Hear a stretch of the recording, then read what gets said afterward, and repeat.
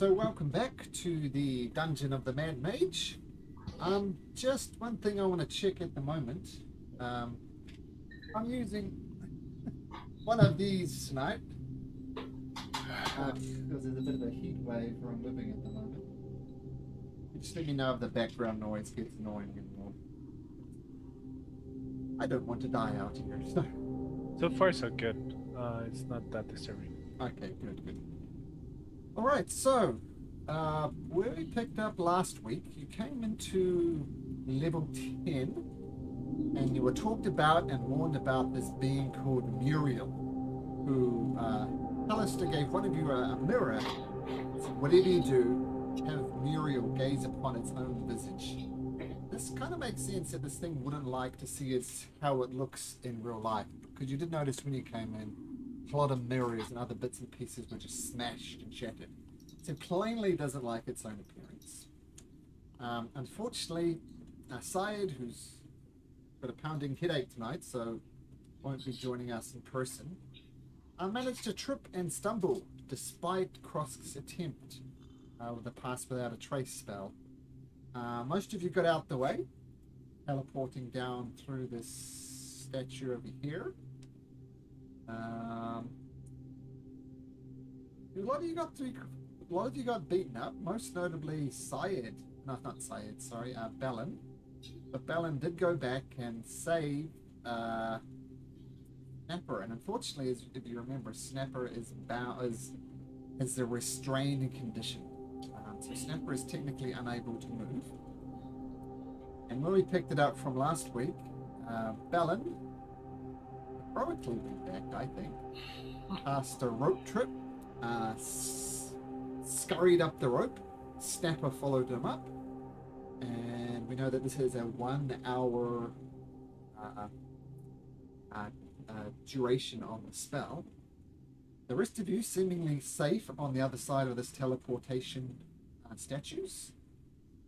But what would Snapper and or Bellin like to do? Before we jump into that, is it okay if I don't have dark vision? Or, well, any kind of sight?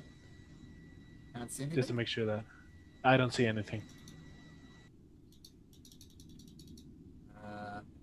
Prosk, sorry. Oh yeah, well you weren't here last week, Prosk, so... there we go. Awesome, thank you. Have vision now. You missed out. We almost died. Yeah, look at Kane. Kane also got the crap beat out of him. This is something I pointed out last week as well. Kane got the crap beat out of him despite having an AC of 25. So, just putting that out there. But Snapper and Bellin, what would you like to do? Muriel definitely saw you go up there. So once I pull the rope up, it's invisible. So I guess the question is she lingering, or is he lingering? As you can see outside of the rope trick, right? You can see what's happening. Yes. Yeah, it's in the chat here. I believe it is.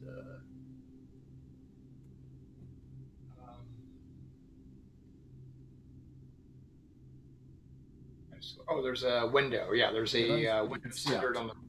Yep. Okay.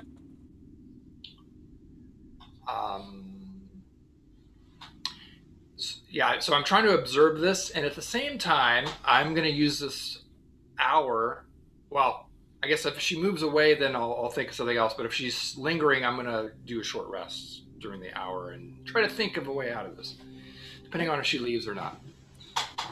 Snapper, is that your basic thing as well? Hunker down until she leaves?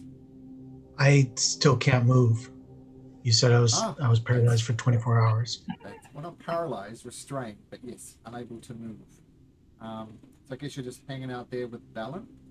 Bellin did haul you up here quite easily, and there's not much to a kinku. What are the rest of you guys doing?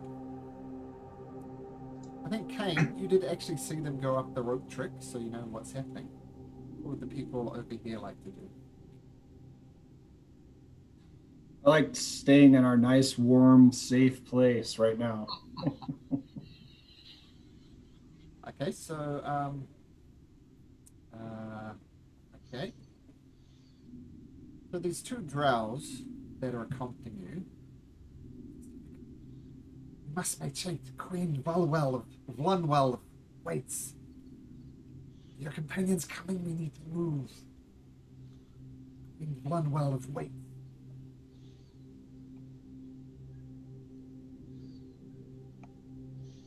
I'm going to say to him, we're going to give our comrades a few moments. Hold on. Okay, so you're just gonna hang tight. I mean, guys, how long should we wait for, by the way, out here? Should we give them just like a few minutes, like 5 minutes, and then go back, or what do you want to do? We don't know we know that the rope trick happened, but we don't know anything else. Jeff, Orlando, or Jeff or Kane and Krosk? Yeah, I think we should maybe in the 5, maybe 10-minute range. I'm assuming Balin could poke his head out and kind of look and see if she's moved on or not.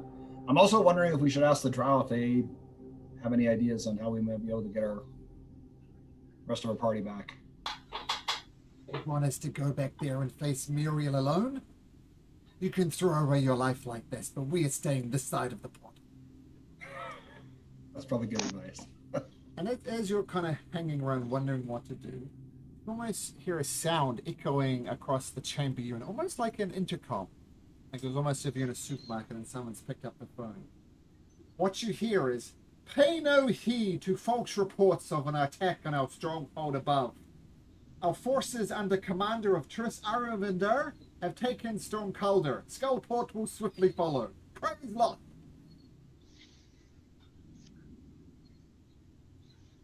In the chat. Didn't we kill Tris? Yes, you did.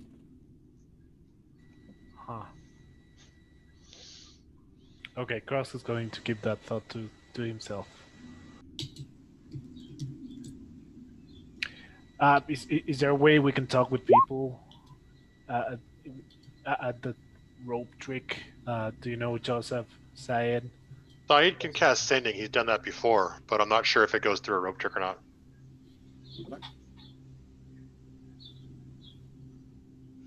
Is it a different plane? I don't know if he has it prepared for this day. He had it prepared a couple days ago. Let's have a look. It does not have it prepared. I believe it does go across the plains. Yeah, other planes of existence, but yeah, he doesn't have it. So, and all right. Okay, so let's switch I back can cast invisibility and make a few of us invisible. Actually, I can make. How many do we have of here? 4 of us. I can make all 4 of us invisible, and we can go back also. So that's an option.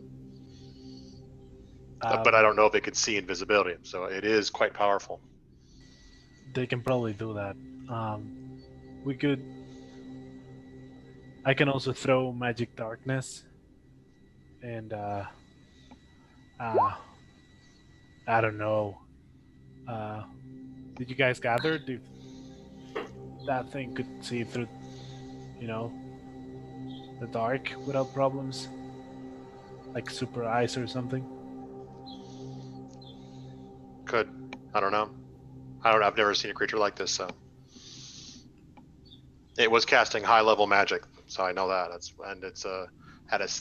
had 2 weapons and a stinger attack it was doing on us. As the rest of your companions are pondering this, you see Muriel take its long sword and kind of jab it up into the space where you were. Kind of gives up. Doesn't affect you at all in the rope trick, but she's kind of jabbing up there trying to get to it. Nothing happens. And then she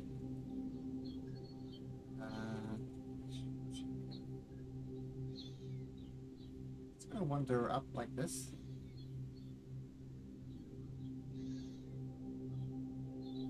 Just disappear around the corner up here. All right. About 10 minutes. That's my chance then. So as soon as she's out of sight, I'm gonna say, Snapper, I'm sorry, I'm gonna put you in the portal. I will take you out as soon as we're over there. So I'm gonna put him in this portal, and I'm gonna climb down the rope And if it's dark, I should be invisible to anyone with dark vision. And I'm just going to sneak over to that statue if I can and get out of here. Okay. As you step out,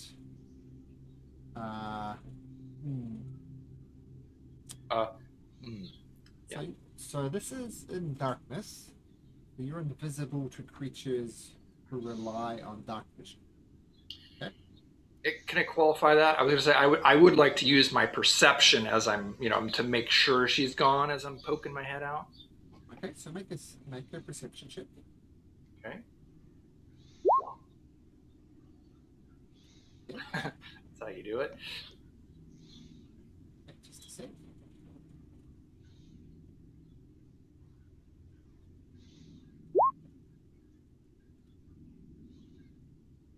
You Don't sneak, see- just dash. Yeah. You do see an invisible form of Muriel. Right, I'll show you where she is. Okay. If you did spot her, she's invisible. But you can see subtle footsteps and so on. She's just there waiting. Okay. Yeah, I'm gonna. I got the bag of holding, so I believe I'm unencumbered.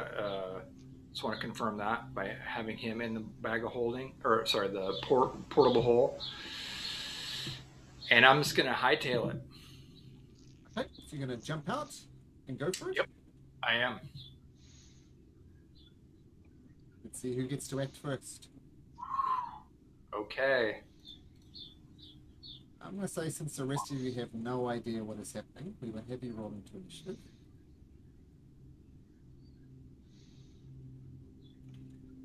I'm hoping lower. So I'm gonna be dead. Ah. I only have 27 hit points. I'm sure I would be dead. Okay. So Snapper is in the portable hole. Is that right? Yep. Okay. All right. Well, we're going to clarify this rope trick, getting out of the rope trick. So. So I just made it like 5 feet off the ground so I could just drag Snapper in. Yeah. So I'm just like kind of dropping out essentially. Yeah, I'm going to say since you had all this prepared and she had a prepared action and you kind of did almost the same thing because you saw her. Yeah, so the thing that triggers everything is you pop out of the portable hole, fall to the ground. What do you do? I am going to move as quickly as possible. Still sneaking. Well, you can move as quickly as possible, or you could sneak. Well, I'm going to. I think she already sees you though. I think that's what Malcolm is hinting at. Okay. So I would say just run for it. Yeah, I think that's probably. Dash. Yep, I will. I'll use my movement and bonus action to dash if I need to. Let's see here. So that's. So I get 35 on my first turn. All right, it's 30. Yeah, with the dash, I should be able to get to that with 15 to spare. Muriel considers her life choices and thinks it would have been much better. She did a little trick on this side, but she didn't. And you rush up to the statue, and you bamf through. Assume you touch a statue, and you bamf through on the other side here. So success. Woo! Okay. Welcome, Snapper and Balin. Element. That was a close one. Yeah, it was. What took you so long? I was weighing my options. She lingered a little bit. Snapper. Sorry. Open up the hole and.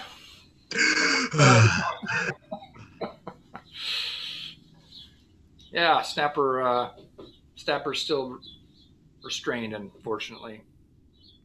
Let me check. Let me check what I can do for you, Snapper. They already tried dispelling and stuff. I don't think there's anything that can do it. Yeah, Let they me did try check. lots of spells. Did they try lesser restoration though? I don't think they did. No, but I think dispel is a more powerful one.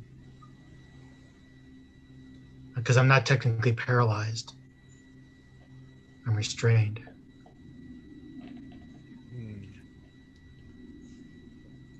I'll cast it anyways just to see if that helps. Okay. Cast it on Snapper. Okay. Yep. Still restrained. Movement 0 and disadvantage on attacks and advantage of attacks against. Now that all your companions are here, perhaps it is best we move. We know wait. What's your house name? Arlinder.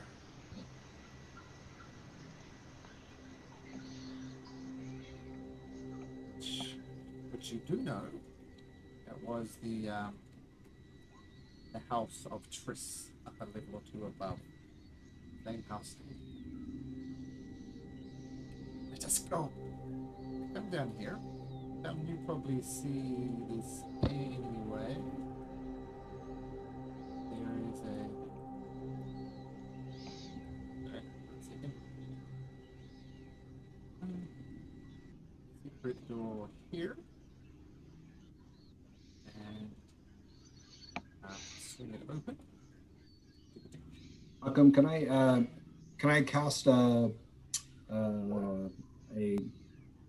curing spell to help Balin and myself? Yeah. Well, so you could do that before. Well, yeah, sure. Yeah. Okay. Fire away. All right. 1 second here as I toggle through my screens to get down to that thing again. Yeah, I was thinking about freedom movement, but I think it only works for an hour. So I'm going to be the assigned snapper carrier, I think. Just because if we need that, I can definitely cast that. Notice that we don't want him up with Kane in the front lines. Yeah. Why not? Chewbacca carried C-3PO in front. That was a meat shield. See, Turbo got lucky.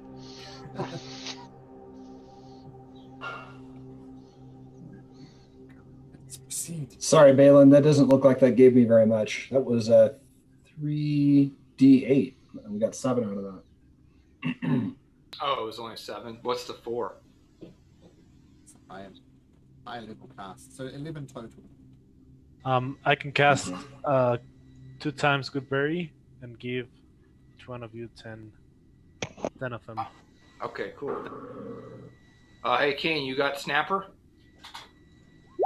Yeah, that could work on up to 6 people. Cross does. Yeah, I'm gonna carry Snapper just because. Got it. Okay. Yeah. Good Just berries. hang right next to Cross Snapper as you move. So full now. Yeah. Whoop.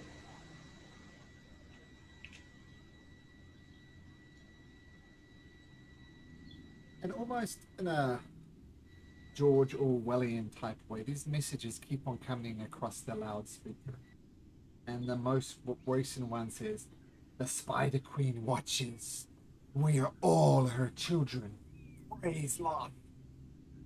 You see the 2 Drow who are kind of like a bow down here. When I walk past Balin saying, I think I like the monster better. For sure. These guys are not trustworthy. As you round this corner, one of the Drows who is prompting you says, "Hold your fire!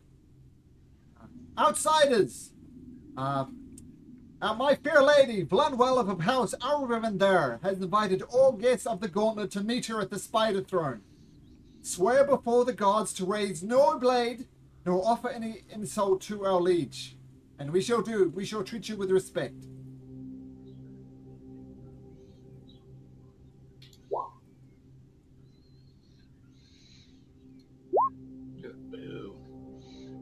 So swear! Swear before the gods you will raise no blade to our queen. Can I do an insight check just to see if, Sure, what are you inciting exactly? like, if they are truly offering peace if we don't misbehave? Krask has been in this position before, and it involved us getting covered in web and poisoned. So it's this elf here saying it, and get the impression that the queen wants to talk to you, and if they just massacre you, then she wouldn't get her wishes. So you believe it's this person here. Okay, got it. Still, I will need you to swear before the gods you will raise no blade against our queen. Sure. Joseph will nod as well. Balin's thinking an arrow's not a blade, so he's thinking, yeah, okay, no problem. I was thinking the same thing. We got other things. Yeah, magic isn't a blade. You're right. I didn't Make even your think of that. deception or perception as is relevant to your character. You can also poke with a sword, so no need to raise it. If I'm thinking that I wouldn't, as long as they don't try to harm us, is that not? Or, I mean, is that? Do I still need to try to persuade? Sorry, say that again. I guess. So I'm not trying to deceive them necessarily. I was just thinking. But do I still need to try to persuade them? Is that... Are you just being very literal about it? Yeah. Persuade. So, yeah. It's that they trust us and what we're doing. Sure. That makes sense. Ross? I say sure. Persuasion or deception? I guess persuasion. I'm sorry. Let me roll. Okay, they look around you. Joseph and Kane are making good cases. And this guy here goes up to Kane. Says, "You keep your pet under control. I do not trust it."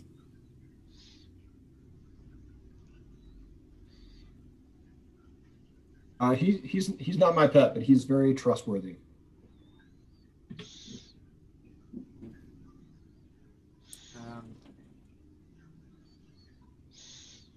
Just keep it under a short leash. Why you? That won't be necessary. Okay. And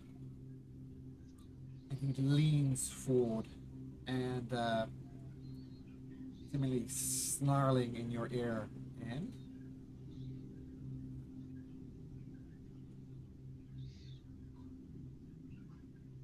he snarls into your ear, Kane.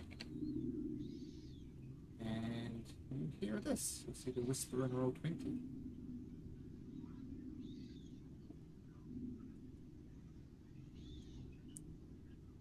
Okay, so Kane will just nod and affirm it.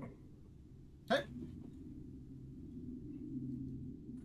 and one who whispered in your ear is this blue one here with a blue dot. Okay, not to sound racist, but all Drow kind of look the same. And also in this room, so in a way, it's almost good that Snapper is not able to move, because these ceilings are just covered with thick webs. Moving along the ceiling would be very difficult.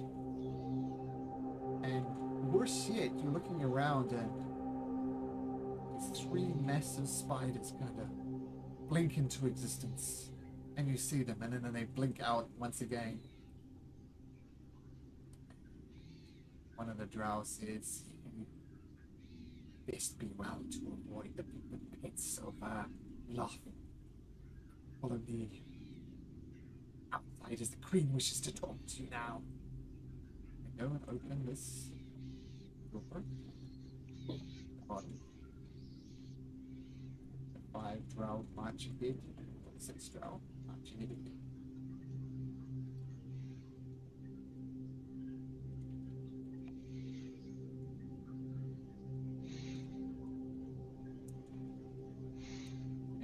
wish to do or say, just let me know.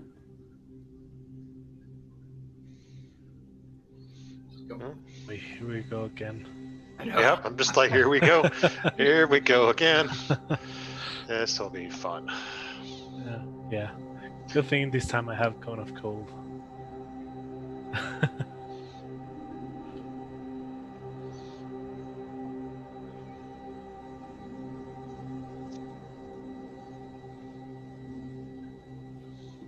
Would I have noticed that?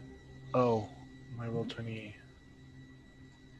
Let me just restart it. Would I have noticed that a Drow whispered to Gaines here? What's your passive perception? 19.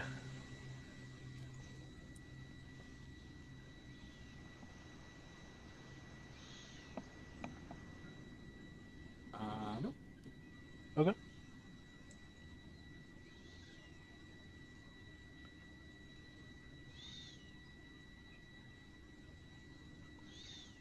You guys coming down?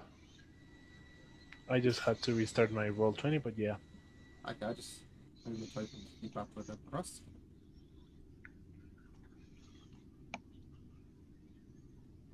Hey, so like there's this big long corridor ahead of you, lots of doors all over the place. And you hear, once again,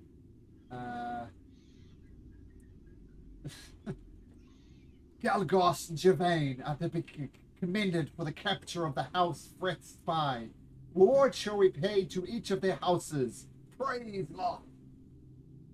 These messages are almost continuous. It's almost like annoying. Just how persistent these messages are coming across like the intercom. They bring you down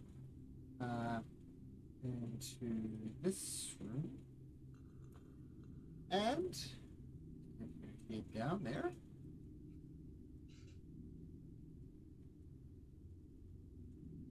oops, I dragged Kane there too. Sorry, Kane, but saves you moving. And inside this room, you hear this is Drow here as well. Similar to the other ones, they all kind of look the same. And there's whispered prayers bouncing off the stones of this place, and a drow kneels before this altar of crimson stone. And black curtains hang from the walls on long rusted hooks.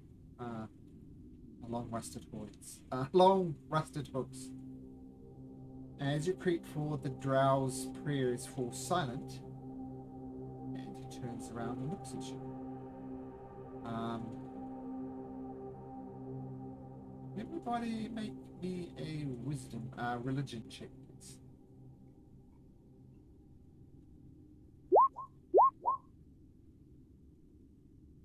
Okay. It's 1917.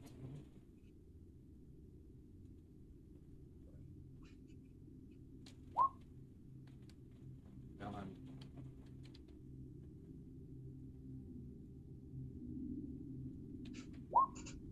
Okay.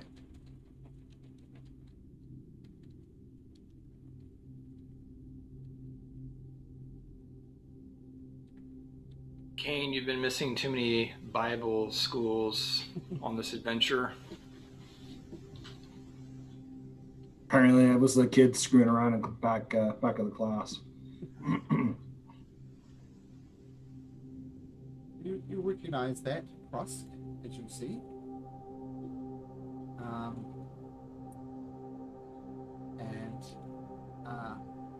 The drow that are accompanying, not so much this guy, but they say, "You must bow before this temple and pray. The way forward will be shown. First, you must pray. Pray to Loth herself."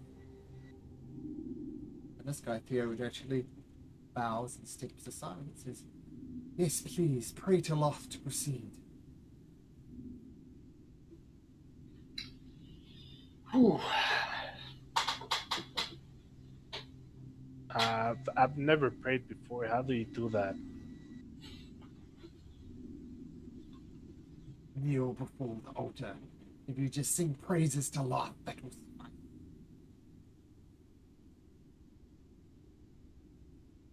Okay, do you have a specific prayer you want me to say? Maybe just name calling or something? Comment on her booty.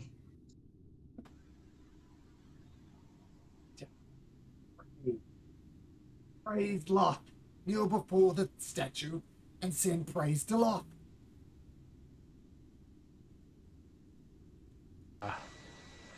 Okay. And I'll try to get. You said in front of the altar, right? Yeah, the altar's right here. Yeah, I'll try to get there.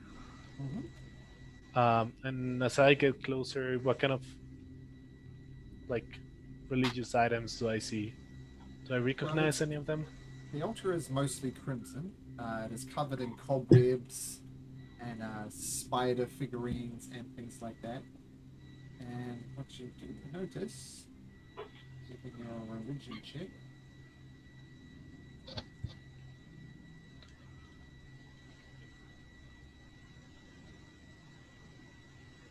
recognize it as technically a statue to this one,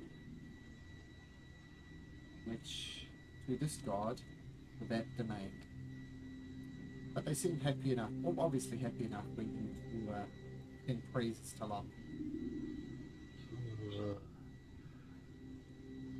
Okay.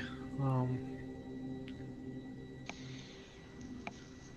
gonna lean over to Kane and say, Kane, are you gonna do this?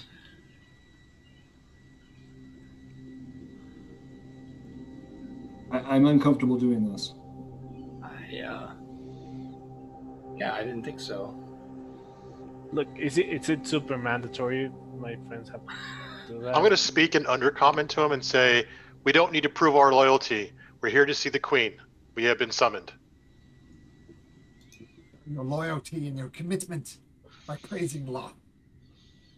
The house of Aravinder will come down here and crush you all. This guy's kind of smart lutz, coming around the side, watching this almost with a smirk on his face. And he comes up to you, Bella. Whispers something in your ear. Roll to see if anybody notices it, how he does it.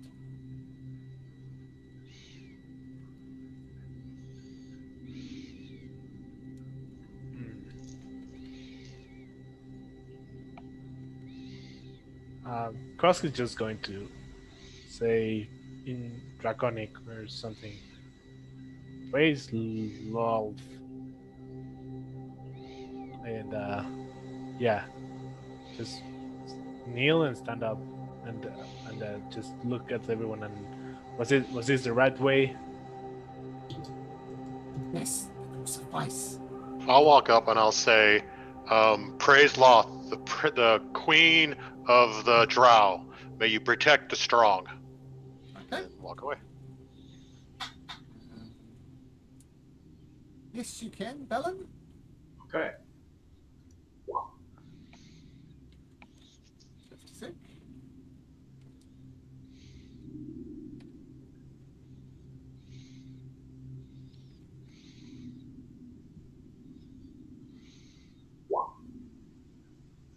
Okay. And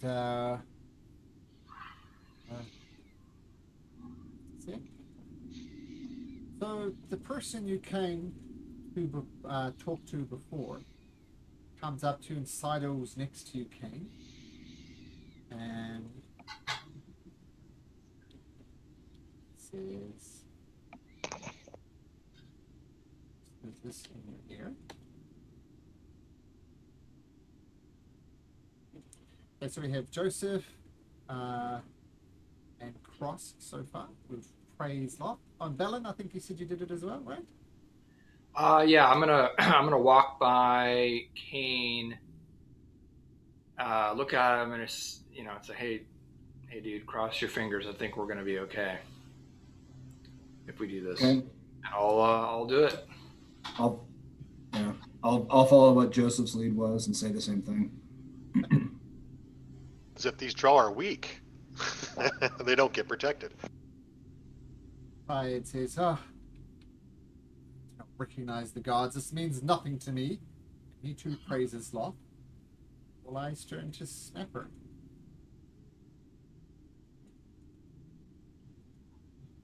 I'll just mimic the Drow and what he said. Okay. And yeah, please excuse my friend. He cannot kneel down. He had an incident before, so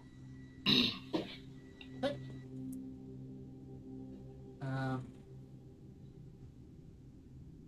So door slides open up here at the bottom. Put down the map quite right, so I'm just gonna have to drag you all across. To that side. The Drow once again start leading me down this corridor.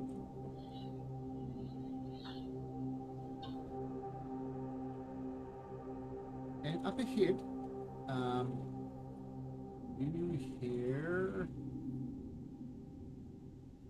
you hear raucous cheers nearby. Yells, cheers, groans, shouted in Elvish. You've been to a bar, you've seen a brawl, there's a fight going on, but you instinctively know that it's, it's a brawl as opposed to a full-out combat. The Drow continue to head down this way. is the brawl happening over there? Into the west. Okay. I'm carrying a snapper, so.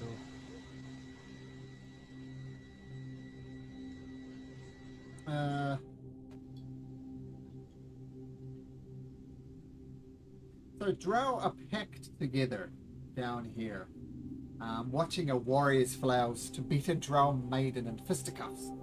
Blow after blow is dodged, the reek of sweat and worry is overwhelmed. Just as the Drow lunges forward with a feint, the maiden causes bluff, blocks his head, and smashes her face into his temple.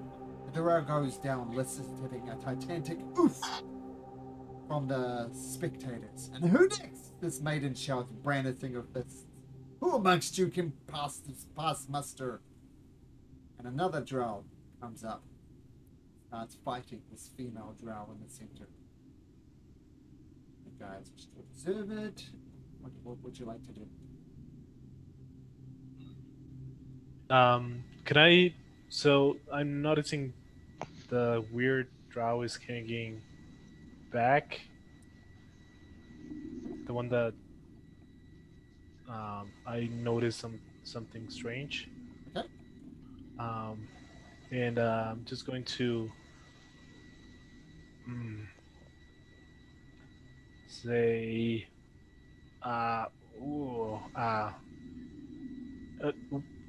yeah, love, right? Am I right? Love. Yes, only love, right? Am I right?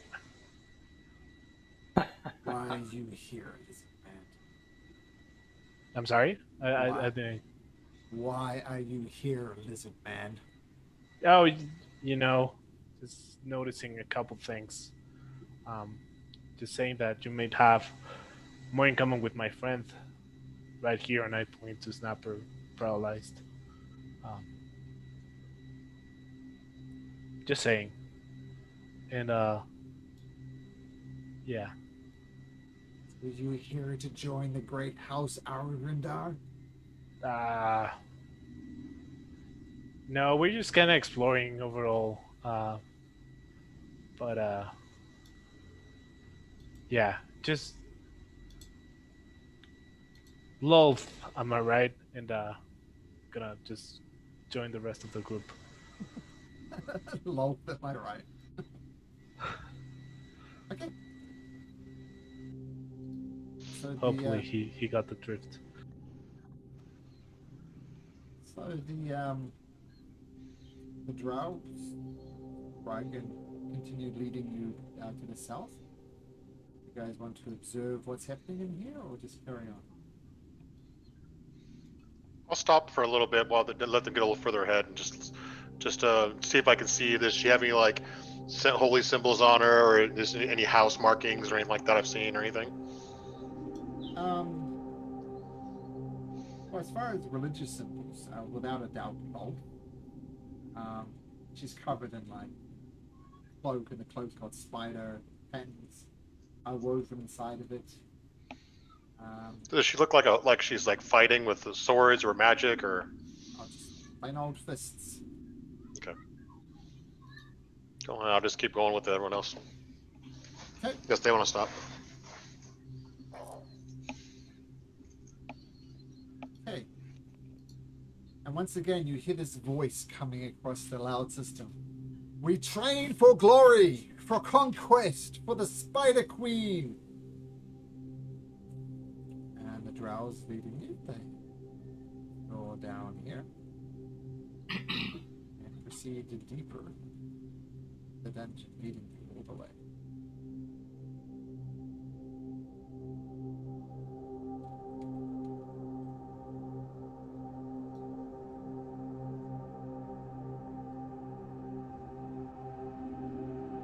Okay, and as you approach this area, there's a foulness in the air. It just smelling absolutely disgusting, and it seems to be coming from a door to the west. And Drows open some secret doors, it seems, to the west.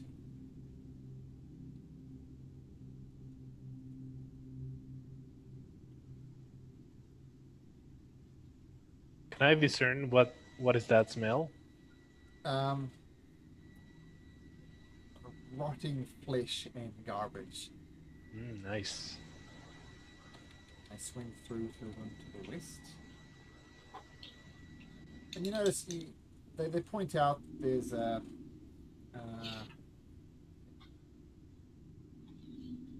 and rather oddly, as you enter this room, straight above you, you see a 60-foot shaft that goes straight up and then just ends. There doesn't appear to be any doorways up there, anything like that.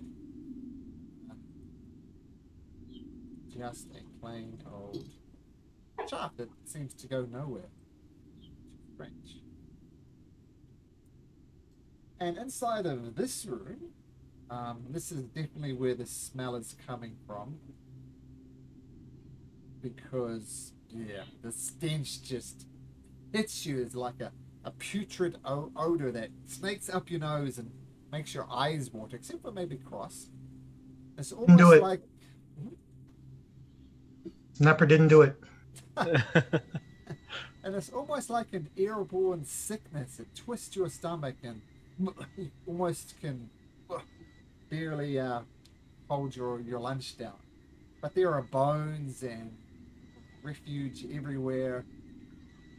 It's almost a throne at the back made of garbage. And around the throne you see there's gold pieces and a few other bits and pieces, all kind of covered together up to it. And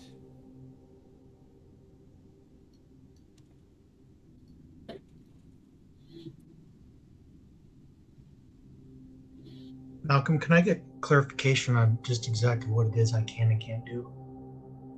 your movement is 0, and as far as things you can and can't do, that's it. But attacks against you have advantage. Your attacks have disadvantage. But you can still like cast spells and do all those other type of things. It's not restricting you from doing that. And sorry, let me just...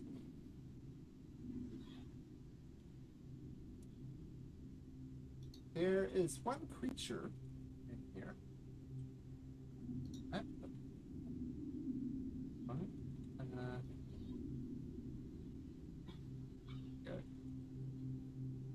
There's a creature sitting on the crone of things, and it says, Gruzzle, Gruzzle, Gruzzle welcomes you. Might makes might, and Gruzzle is mighty indeed. Who are you? Who are you? And you see the elves are quite annoyed at this creature, and they admonish, look, Gruzzle, just keep quiet, do not talk. They're not interested in what you say. And the Drow must, they start gagging themselves. and they rush to open the door at the other end. Nice place you have there. Gorzel loves this place. Gorzel. Yeah, I can see why. We'll talk later, okay? Hey, What? I like you. Hey, come here, lizard man. Okay. Gorzel tell you a secret. Sure. Gorzel will rule these warrens one day. We'll see them burn to ash around him. Just watch. Okay, I'm not an expert tactician, but I think that is a dangerous secret if it goes out. Shh. Quiet, listen. They think us simple. They think us weak. They think us gullible. Call us rats. We are rats. Rats scurry. Rats bring down doom with a nasty bite. We are rats and rats. Blunwell shall be bits. Enough. Okay. Guess that's quite a goal. But choose friend. Befriend the Gorzel. Let's just say we don't kill each other, okay? The law of the sewer. It's rats. Rats don't eat rats. Good. Gorzel Yes, won't yes. get you. Gorzel will rule one day. You see. Okay. Drow is obviously disgusted by this whole shoot-red scene. But by the way, do you have a picture of how Gross looks like? Russell. Chat. Malcolm, I wanted to do something while they were distracted. Sure. Let me just show this picture first. I'll do it this way. Put it in Discord.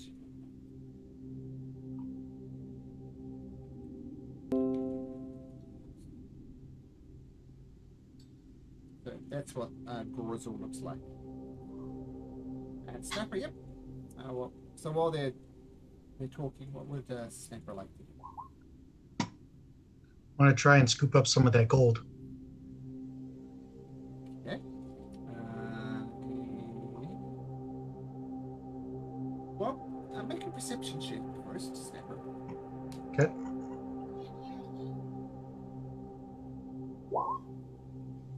Ooh, okay. You see a bunch of copper, a bunch of silver, a bunch of gold. There's some type of healing bag, like a healing kit. Some torches, a rotted quiver containing some arrows, and a potion in a crystal vial with a spider-shaped stopper. I'll just try and scoop up some gold. Are you using your mage hand? Yep, Your and it's invisible. mage hand? Yeah, okay. Make me a sleight of hand check.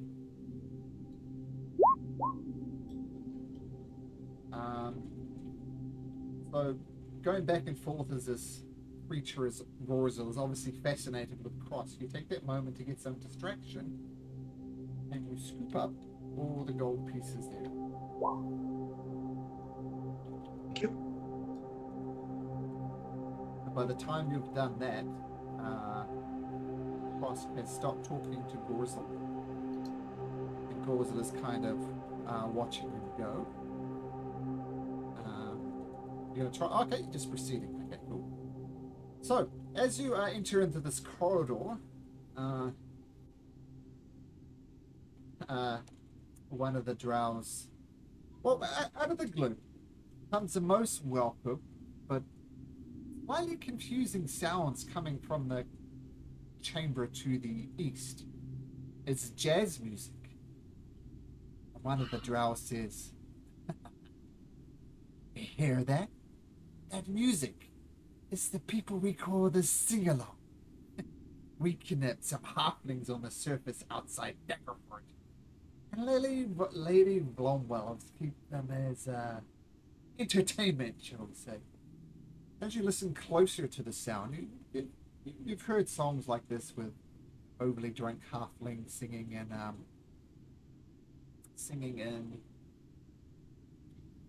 bars and things like that. So it's a tune you recognize. This tune is sung with no joy, though. And the Drow would you come to the lady Was that coming from? over to the west here. Oh, to where we're heading. Okay. Where you're heading, yeah. I mean, we don't have musicians in Troll School Bards. Manor, so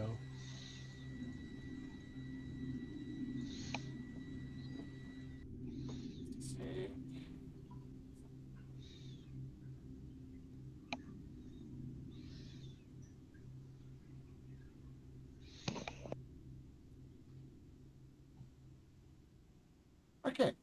And one of the Drow turns around and says, let you treat the lady with respect. She wishes to talk to you for some reason. I do not know why. I don't think we saw through your shelly facade. You are no worshippers of Loth. One wonders what your deity will think of you praising Loth, though, but it's for your own inferior deity to decide. Would you treat her with respect? She obviously wishes an audience. Head down to the southeast.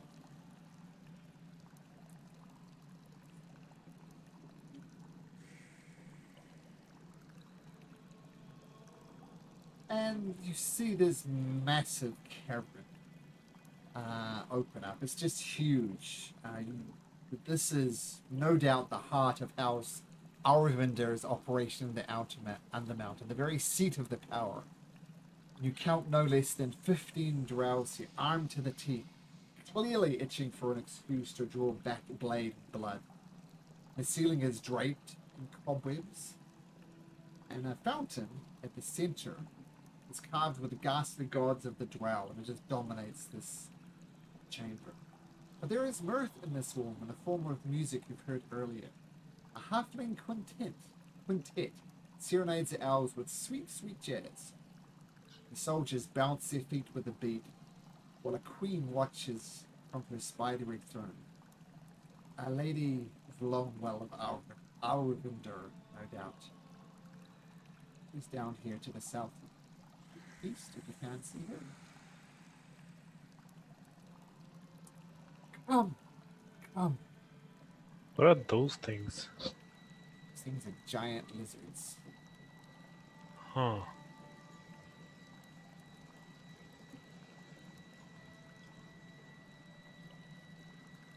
I'll pass by Balin again and say, yeah, this is much worse than last time. Yeah, I'm not digging the spider webs above us. So you see that this lady sitting on this throne here, and it's in much of the aesthetic of the Drow. There's lots of spiders carved into it, and a massive kind of thing going over the top of her head. And she sits down and she leans back and she says, welcome visitors to the chambers of the hour.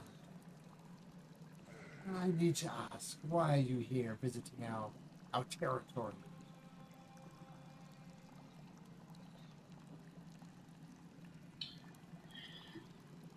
Anybody? No? We were going further down into the dungeon, exploring, and we ran into some kind of monster and one of your scouting parties. Yes, Muriel. He is quite the nuisance, shall we say. And you said you are wishing to proceed further down into this creation that the Mad Mage has created. Yeah. Well, of course. Be my guest.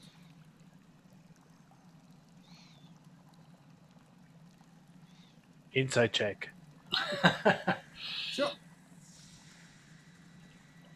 Just a second, because I don't know if it's happening to you guys too, but my Roll20 is crashing like every 20 minutes. It did last week to me. Jeez. One.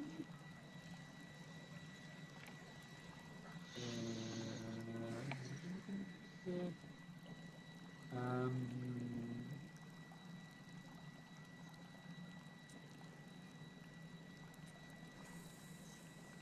oh, jeez. It's not that easy, Cross. Look, y- y- you seem to be a very smart person given your position. Your Highness, is that the usual title? Oh, that will We suffice. we know it's super difficult usually. This is not our first level, you know. It would be a nice surprise, but I think we need to do more than just walk through the entrance. Of course. There's always a catch. If you was to pass through my territory, you need to do a simple task for me.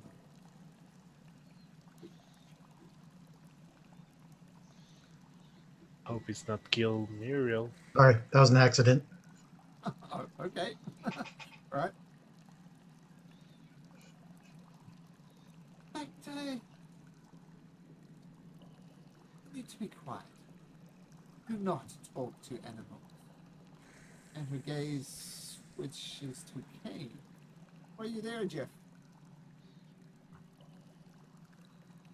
Jeff. I am here. I'm sorry. That's right. So her eyes swivel onto you. I don't want to talk to your pets. But you seem to have some elfin blood in you. Is that correct? It is correct. I thought I recognized the features. All these surface-dwelling elves and I have differing opinions. I'd much rather talk to a fellow elf than these common creatures you brought before us. And what is your name, fellow elf? Yes, I'm Kane Dawnbringer. Kane Dawn. So if you wish to proceed further and not get under the anger of House Auruvind, you need to do me a simple favor. Now you look like a smart elf. Tell me, Kane Dawnbringer, what is this task you need to do? I'm assuming you want us to help you extinguish some foe. And what foe would that be, Kane Dawnbringer? I don't know. You share with me. Really? I thought you were smarter than Do you think that we have a common foe? What? I did not say common foe. I said there's something we need you to deal with for us. Well, I can share with you that my party has done this many a time, and we may undertake such endeavor, but you have to share with us what it is that you want. Well, I guess this is why. Stop playing games with me. Well, I guess this is why the Drow, the truer elf, shall we say. Are you a full elf, Kane Dawnbringer, or you're a half elf? I'm a half elf. Ah, it's definitely your human side talking. Muriel, King. We need you to cool Muriel. And with that, you have safe passage to the complex below. And You know, we encountered this creature. This is a challenge. Oh, no doubt, but someone with elfin blood flowing through you like you came, Dawnbringer, with a little bit more preparation, I'm sure you could do it. Yes, Muriel is a powerful foe, but I guarantee you that House Auruvind, at least I remind you that you're in our territory now, is a lot more powerful. So what do you say, Kane Dawnbringer? Well, I can consult my colleagues with me because I can't speak for them. But I do know one thing, and that would be: do you have something that will be able to aid us in this endeavor? I notice your comrades are looking slightly worse for wear. I could provide you a safe place to rest. You can rest up, recuperate, it on your best possible chances against this creature. Well, it's a step in the right direction. I have one colleague here that is paralyzed. Do you have any means of being able to reverse that paralysis? Bring him forward.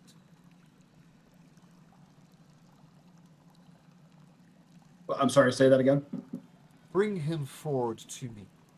All right, so I go over to Cross, who I think is carrying Snapper, and grab Snapper. Yep. Let's just put down that sword, Candlebringer, and you may approach with your paralyzed parrot. Okay. I put down my sword. Okay. I approach with Snapper. Snapper, you cool with this? Okay. So far. If you start yelling, no, I'll just have to say sorry. Too late. So long while it seems, yes, just place him here. You may go back. Do you go back? All right. I pick up my sword as I recede away from her throne.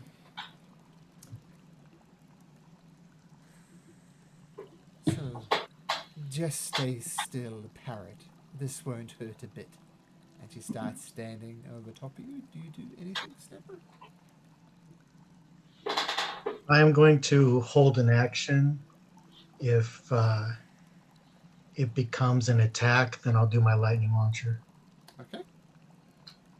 And you see her start casting a spell. And as you do this, these little spiders start leaving her fingers and start scurrying all across your body. They're about the size of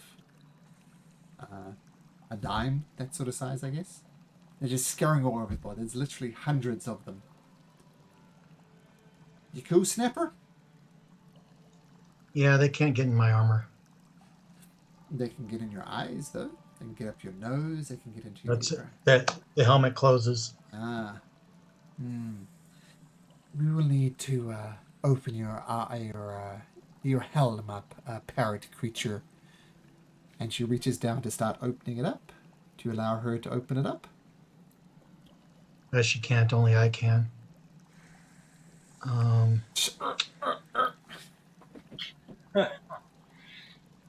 Yeah, I'll go ahead and open it. Okay, and the spiders start flooding and they get under your armor. They get into your ears. And you close your eyes, you keep them out of there, but they're burrowing. They're trying to get into your mouth. And it's painful. You could put up with this for a while, though. What do you do, Snapper? If they get near my mouth, I'm eating them. Okay, they pop like candy, but they're very nasty taste to it. But it's easy enough to do. I guess Kinku have been known to eat the odd spider. And this is going on for a good minute so far. Are the rest of you doing anything? Because Snapper is encased in spiders. Can I check if that is like a regular ritual? You can make a religion check. Not good with that. Yeah. Right, it's named... Is it going to take much longer? I don't know. Religion 6? Mm-hmm. No, but I'm going to ask loudly. You're going to ask the person casting the spell? Yeah. Oh, just a few more minutes. Your parrot friend will be fine. A few more minutes, jeez. I insight that. Yeah, I want to do that same thing. Guess I'll do the same. Feels like cheating with all these insights, but I know. Cross is going to detect something. I mean, all the magic you've tried to get Snapper out of his paralysis or restrained condition technically hasn't worked. And you know it's going to take some type of powerful magic to do this. You know that what she really wants, it seems, is for you to get rid of this Muriel character. And the only way to do it is by helping you guys. The Cross, you figure, Well, if she wanted to kill you guys, then what would be the point of that? One more person going up against a new pick. You trust her across. Yeah, trust her. Kane, Bellin, you don't like it. It's going to be fine, Snapper. If they wanted us dead, they would probably use other methods, I guess. So if you need anything, just let me know. Okay. I'll snap or chopping, right?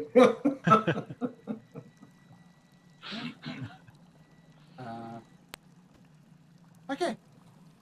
Minute goes by, 2 minutes goes by, and eventually the spiders retreat. And they don't go back to her, they start scattering around the webs around this place. And Snapper, you instinctively try moving, and everything seems fine. Get up, you stretch, Nice. no problem.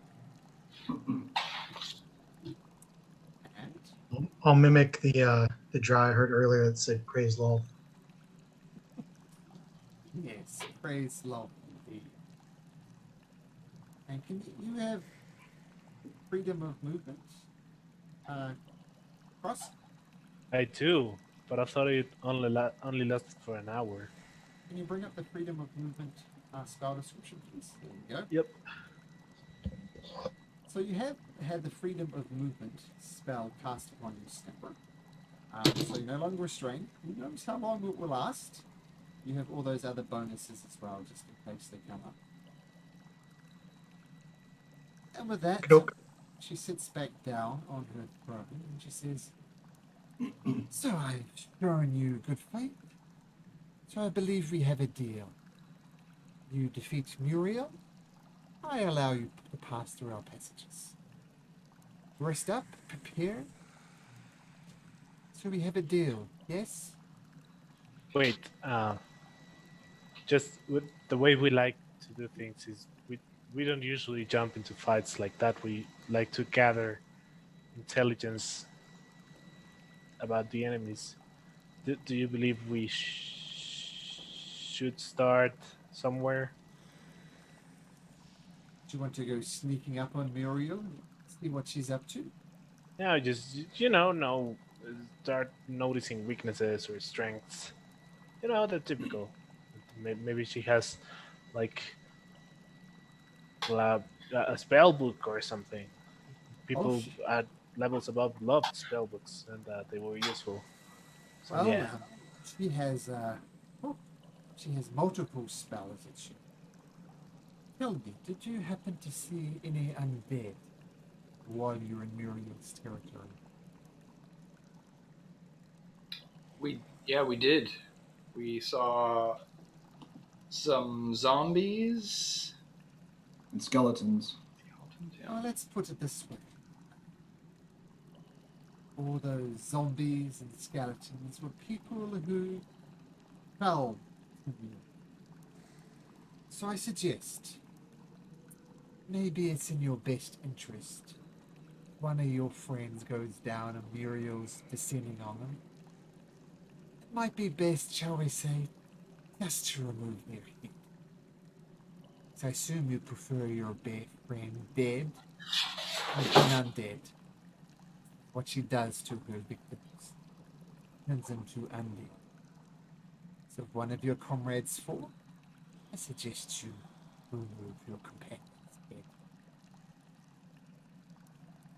And if you ever see her point a single finger at you, I suggest you run. Mirror. Yes. This is perhaps the one weakness which you could use to her advantage. We worked this out a while ago. Muriel does not like her own reflection. So if you get to gaze upon herself, she won't like that. Maybe you can work that to you. You wouldn't happen to have some mirrors around, would you? Or Yeah, that's exactly what I was going to ask. Very large ones. maybe even if they're personal grooming mirrors or something along those lines. We could provide you all with a mirror. The handheld variety. All we have, unfortunately. Oh. So one of my friends can like create illusions of himself, and I point to Joseph. Um, would a kind of magic like that trick Muriel, or is she too smart for that? Number I one, missed the beginning. What you said? What kind of magic?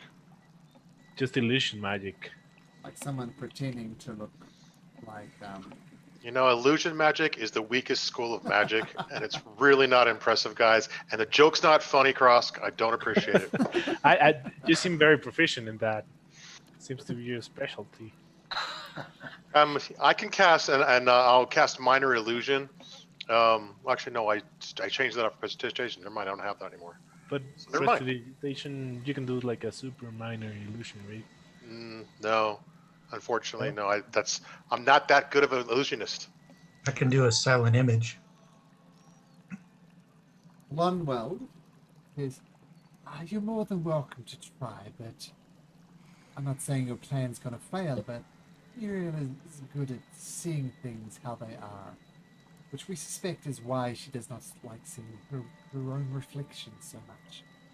And one thing I'll point out as well, that you weren't here for this, Cross, but right at the start, Alistair gave you a challenge. That was it, to make Muriel look at her own reflection. And he said, I know what you're thinking. Use an illusion. He said, that won't cut it. If you get Muriel to look into a genuine mirror and genuine see her reflection, then he will give you a great reward. Boy, Alistair really hates illusion magic. There we go. So it seems you wish to discuss this further. Might one of my servants show you to the guest chamber? Rest up, and I'll expect your answer, Crumble. That'll be fine. All right. I'll have an activity while we're resting, Malcolm, just so you know. Sure.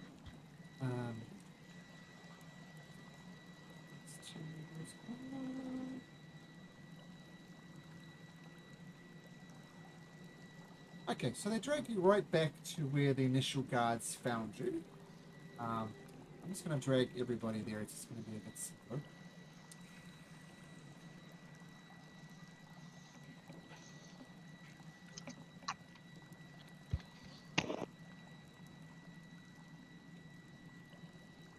Okay, it's going to take you back to where...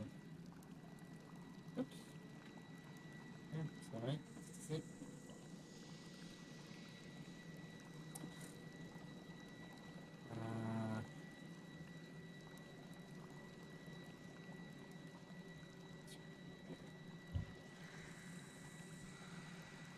Yep, so you guys are right up here now. So we want to go to the guest chambers. If you remember, this is where the initial guards were, right after coming through the teleportation circuit there. But they leave you your privacy. They shut the door behind you, and two of the Drow guards go right outside the door. And inside of this room,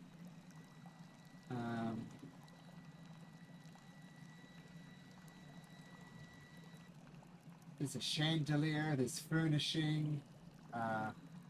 Going in further, there's a fireplace over here. There's some bookshelves over here. There's not really any place to there's some stuffed chairs arranged around the fireplace. No actual beds, though. What if we open the door to the north? Open the door to the north. You see, there is one huge bed, too comfortably, and a mirror mounted to this wall here.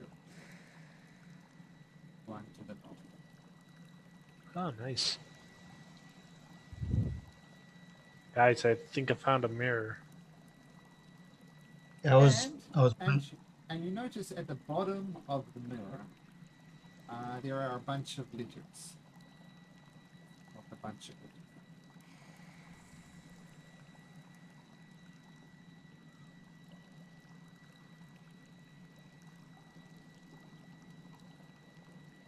all right. Well, that changed my plan a little bit.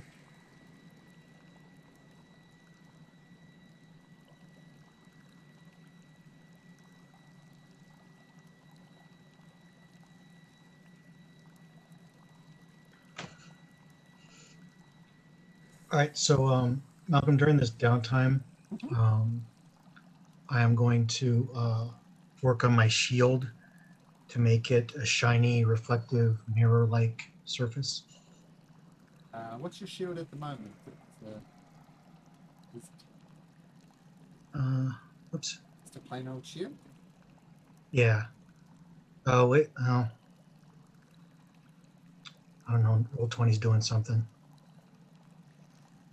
We taking a short rest or a long rest? You have this chamber, it seems, for yourself, so you could take a long rest if you wanted to.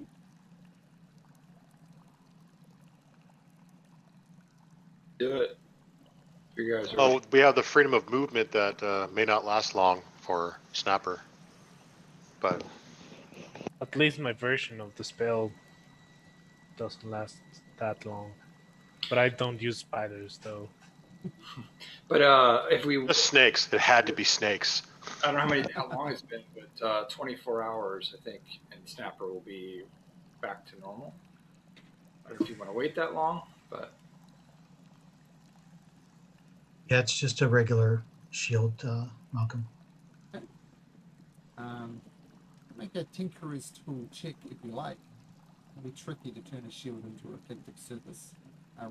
Reflective surface. Let's see how you go. Okay. This might help.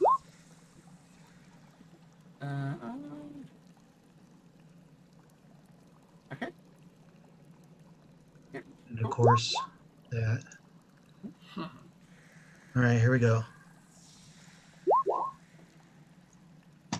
It's not mirror reflectiveness, but you look at your handiwork and you look back at yourself and you can make out features, and if you lean up close, you could do makeup or something.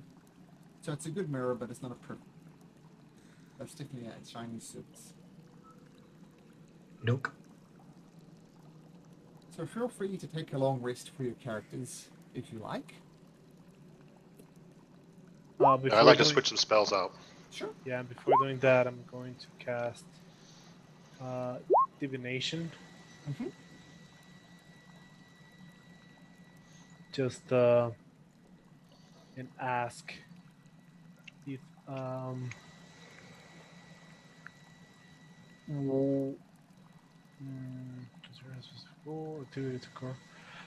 what will happen to Miro if she looks to herself in a mirror? If we make her look herself in the mirror. Just trying to grasp if it's going to either be good or be super bad.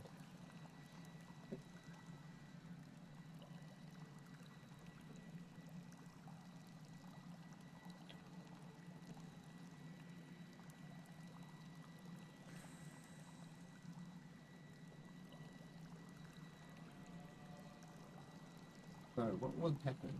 Muriel looks in her reflection.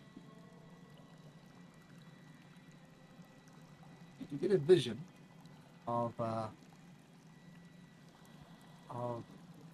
Muriel herself and sort of a mirror in front of her.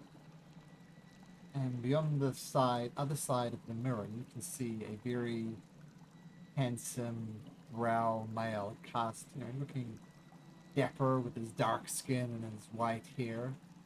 And Muriel sees this reflection, and she pauses for a second. Then she just goes maniacal and starts shredding the mirror and smashing it to the ground. So with this you get it would make her angry.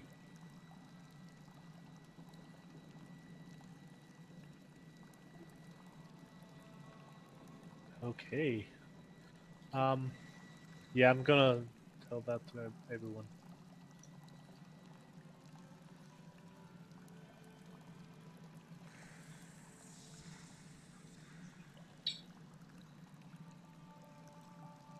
Well, I maybe that'll guess. make her reckless. Yeah, and maybe she will focus on destroying the mirror, and not us. I mean, probably the mirror first, and then us.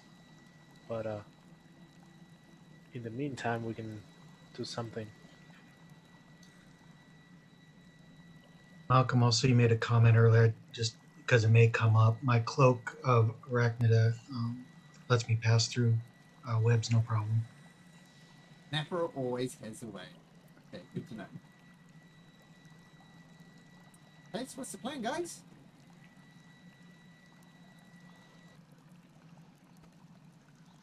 Guess we should have asked if she's vulnerable to anything. Well, we have to go back and give her our answer, I guess. Yeah, I think we still have that opportunity. Yeah, we have to tell her that we're willing to take on this task. We can ask.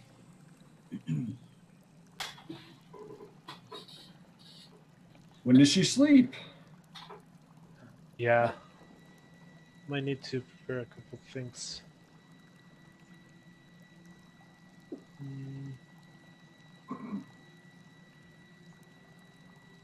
We may be able to ask things that didn't work for them because clearly they couldn't get rid of her either, right? Yeah. Like what? That might be another way of finding out things that don't work. Yeah. If they don't know what will work, they might not. Yeah. I think Right. I lost the party. I'm not sure. Everyone disappeared, and I'm still in the room. Where'd everybody go? To north. Over To the north. Oh, okay. Gotcha. Thank you.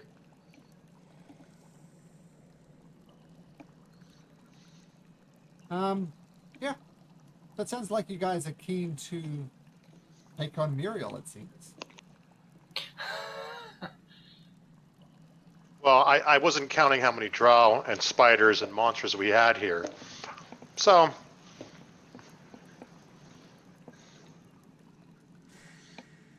I think Muriel's is a big threat. It's random. If we're going to travel past this level anyways, we're going to have to deal with this creature, and it's not going to be pretty. It didn't let us talk. It just attacked.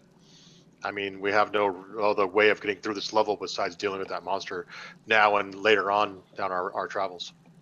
Do we know the story of Muriel? How she came about? Alistair did tell you that Muriel was one of his apprentices at one point.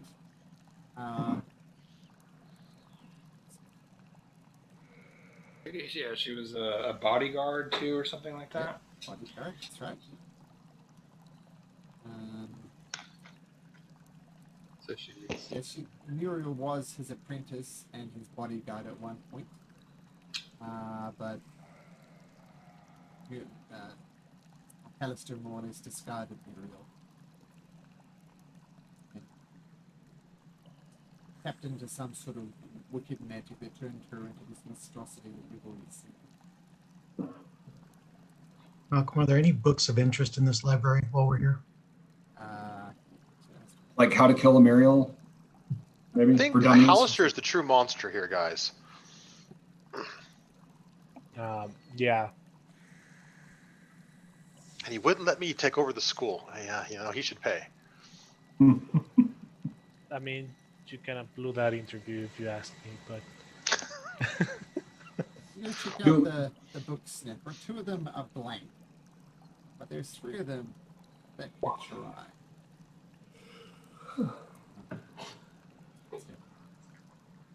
And as you're talking, resting, one morning, a couple of Drow owls come up to you. Kane, you recognize one that you've talked to before. And Bellin, you recognize the other one who you've talked to before. And they knock on the door, and before you guys answer, they let themselves in. Say, may we have a word? Oh, sure, you're the old guy, right? Yes. It's not hard to discern from a drow, but sure, we are followers of Hawk. We'd like to discuss a proposition. We invite them in even though they're already in. It's like, well, good. Come on in. Tell us about your proposition. And they nod at each other and said, well, Kane, pointing to Kane, pointing to Bell, I assume you know that we are not from House Aurender. We're from House Frey, which is a stronghold of the Drow below this level. Aurender and House Frey, well, let's just say we've been at each other's throats for a while. We want the Queen back. And we want you to help us. And if you do help us, you'll have a friend in House Frey. And let's just say things will be a lot less complicated for you. If you to see me beat. So our stronghold is below, their stronghold is here. Mm. So what do you think? That does sound pretty good. So let's get down to the detail, though. How would we help? Like, what is your plan? Well, they wander in and start leaning against one of the chairs over here. Well, we are not the only ones from Hell. Great. There are some others, but our forces aren't nearly large enough to take down the Queen and all her allies. We do know that Muriel has, shall we say, great weapons that could be used against the Queen. But is this something you're amenable? Is this something you're interested in? So what you're saying is we would need to take down Muriel before you want us to help you take down the Queen. Our end goal here is to take down the Queen. Would you give us assistance with this? Well, let's just say you'll have a friend in the Drow House of Frey below this. Okay. And it seems now you have seemingly the trust of the Queen as far as she trusts anybody that performing this task for her. So I'm not sure how you want to play it. But if you take out the Queen, our house will be, shall we say, quite friendly towards you. What do you say?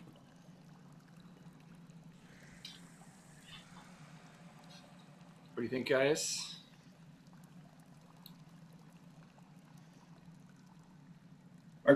I guess I'm not. It sounds like they're asking for the same thing that the drow that we were just dealing with are. They're not Unless asking. they're wanting He's not us to- asking us to take on Muriel. He's just asking us to take the Queen out. Yeah, well, yes, the end goal is to take out the Queen. We do know of great magical items, shall we say, in Muriel. Right. So, and of course, if you kill Muriel, you'll have an, shall we say, an ally in Queen Voldenweld. So there are options here. You could go see what Muriel has to offer, gain the Queen's trust, and shall we say, once you have her trust, then killing her will be so much easier. But it is your call. Well, if we go and try to take out Muriel and we survive, maybe we should talk then. We don't want to get ahead of ourselves. Well, so here's a question: do we really have to take her out? Are they suggesting that maybe there's a different way of acquiring those? Negotiating with Muriel? I don't know. Releasing her on the Drow? Well, releasing her on the Drow is something we considered. It seems that the teleportation statues that divide Muriel's place with our place is not transferable by Muriel. Muriel can't get through. Because, Okay. quite frankly, she would have done it. We're welcome to try and negotiate with Muriel, but she is quite insane. All right, then. Maybe this will sweeten the deal. So my name is Zarin. I am quite the combatant. I could aid you in this battle against Muriel. Shall we say I'm very good at dealing damage from the shadow, shall we say. Now you're talking. We're liking the way this sounds. And the other elves is my name is Snornos, and quite frankly my skills are more the diplomatic nature, so I will not be joining you. But Zarin here is quite a capable one. But of course, if Zarin comes and helps you, we'll expect you to, shall we say, take out the queen. And you said there's others from your house here that would be a part of taking out the queen.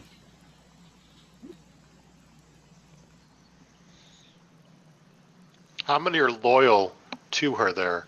So if we were to fight her and defeat her, are there still more loyal people, more loyal Drow to her we'll have to deal with? Drow, yes. I mean, to the west of the chamber where you were, there's maybe another 50 Drow. And some of them use giant flying spiders as well, which is not nice. There are some creatures that are loyal to her as well. The lizards, right? Lizard type creatures.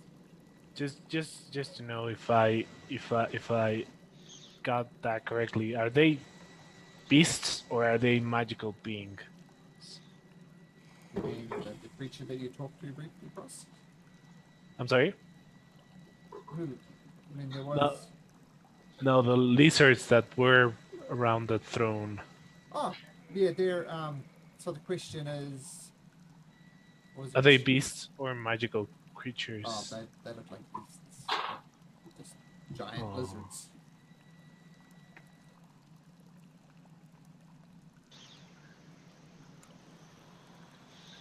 And, sorry, I stepped away. Did he tell us the story of why they were fighting? Yeah, Drow, that's what they do. Different houses. Okay, Different got houses. So he's from House Frick. From Aru Render. I'm not even sure, but even now I'm pronouncing it right. Do we want to have a party strategy session? Talk about what we think we might be able to do, the order we're going to do it, who's doing what. it.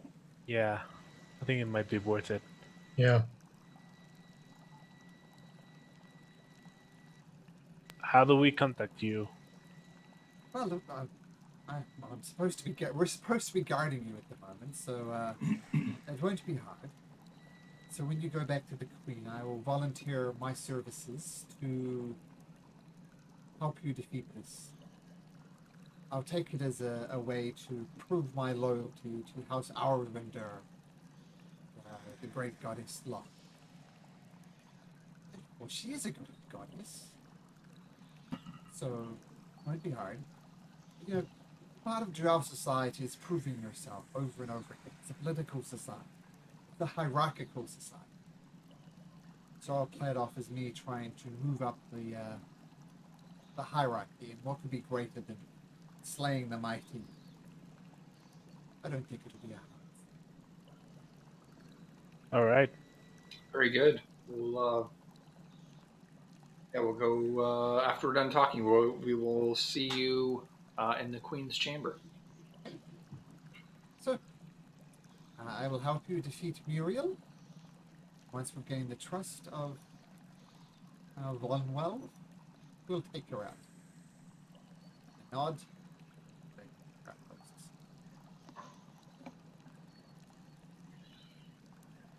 And while you guys strategize, I'm going to put some kids to bed.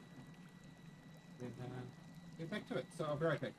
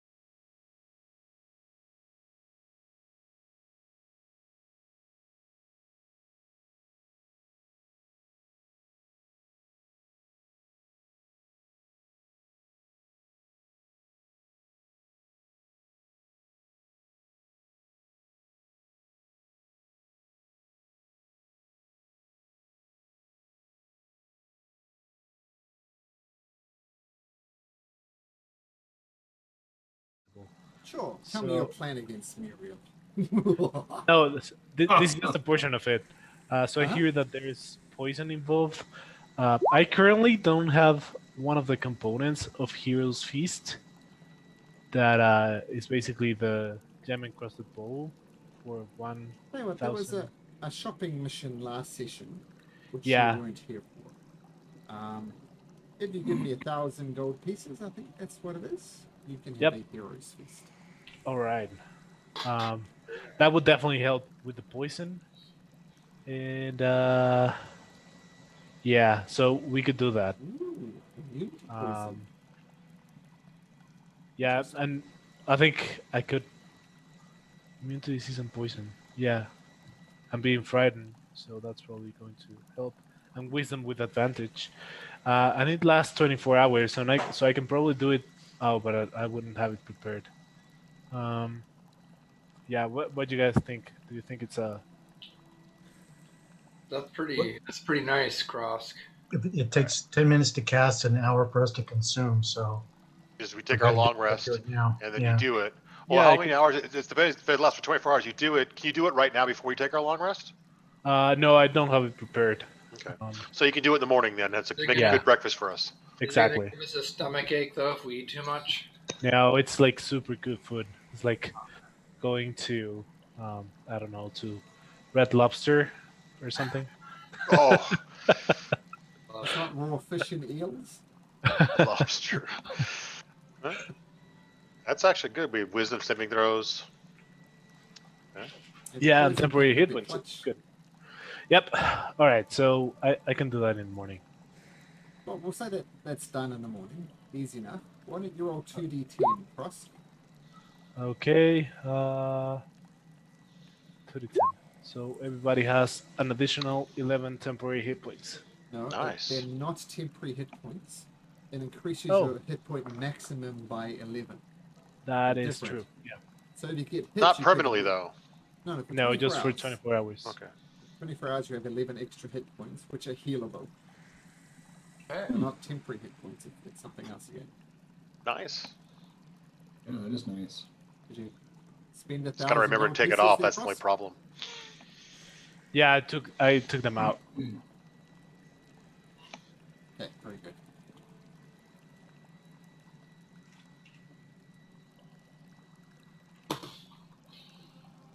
Excellent. Cross the Lizard King of level 8. Yeah, the feast is just going to be a lot of fish, I guess. So it's kind of like a sushi banquet. Excellent. A good way to remember this, if you go to your character sheet and click on the cog item, you'll see down the center there's attribute option that's got strength modifiers, dex modifiers, and so on. Right at the bottom. Oh, wait. You can add hit point modifiers. Just check on the side here.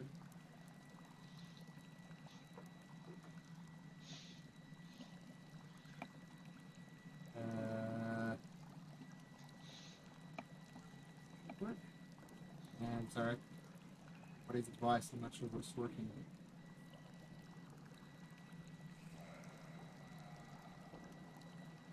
I think we can do it manually. Should be Sorry, I fine. thought that would work with this episode. No worries. Sorry, it's still... And we'll just remind us each other next session. Minus your 11. Yep. I'll actually put a note on my character sheet at the top of it here too. Yeah, I think you can write in the bio, and so you don't forget the initial number. Oh, okay, yep. Let's go to the old-fashioned way of pen and paper, and we'll just remember it. So Hero Feast is cast, so 2 extra hit points. Immune to poison, super nice. Can't be frightened. Advantage on wisdom saving throws. Which are, I think, the most common saving throw in the game. As far as spells go. Let's do this. I feel great. I got a full belly. Or do we want to have some for a guy we're taking with us, or are we not taking him with us? But he's not there at the moment. That's a tough one. So we have to decide are we taking him or not. We could tell him. Yeah. I think we could use another body. Yeah. Whatever Excellent. happens. Let's go. I agree. Yeah. He can have breakfast with us. Well, heck, Man. if we get this heroes feast going on, we do that again for the part 2 of this mission. But anyways, one at a time. Let's talk to Muriel. Well, talk with our weapons. All right. So, Snapper, can you carry the mirror? Yeah, I mean, I got my shield that's kind of shiny, but I mean, I can mage hand that thing, and even if she breaks it, I can mend it and put it back together. So, Yeah, because we can use the mirror as a distraction. I think she's going to be super mad when she sees it. yeah. So we got to go back and tell the queen we're going to do it. Yeah. Right. I can also cast Moonbeam, which maybe I don't know if it's going to work, but if she has some kind of shape changing stuff going on, there's a possibility of bringing her back. We want to take this mirror off the wall as well. We take the big mirror with us. It says something on it. I don't think it's a regular mirror. I think it's a portal. I guess could I do an Arcana check on it, Malcolm? Definitely a mirror gate. Yeah. Okay, I'm walking. I walk slowly away from it. And Point this is Snapper, thanks. what the letters were on the bottom of it, just as a reminder.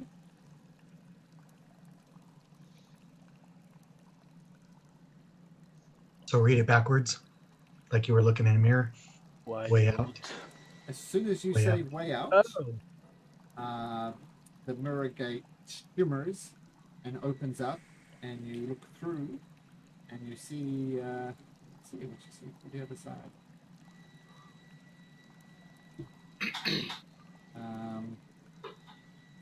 Recognize it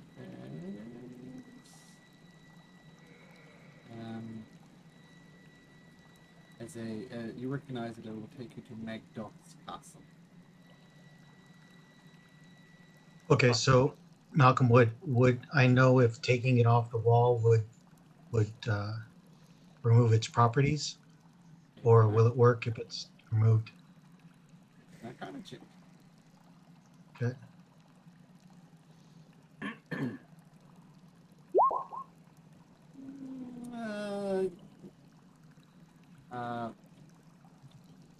When you initially got here,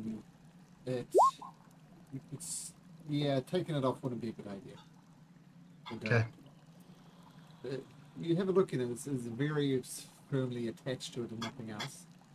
And you suspect, without our current check, that actually Solomon wouldn't go. And where's the portal going to? Just Magdot's castle. Remember that castle you went up to? That was miniature size. yeah. Yeah, above the cavern. Inside of Were his there any castle. mirrors over there?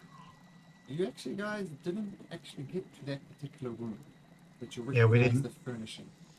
We didn't explore everything. Some of you happened to not go.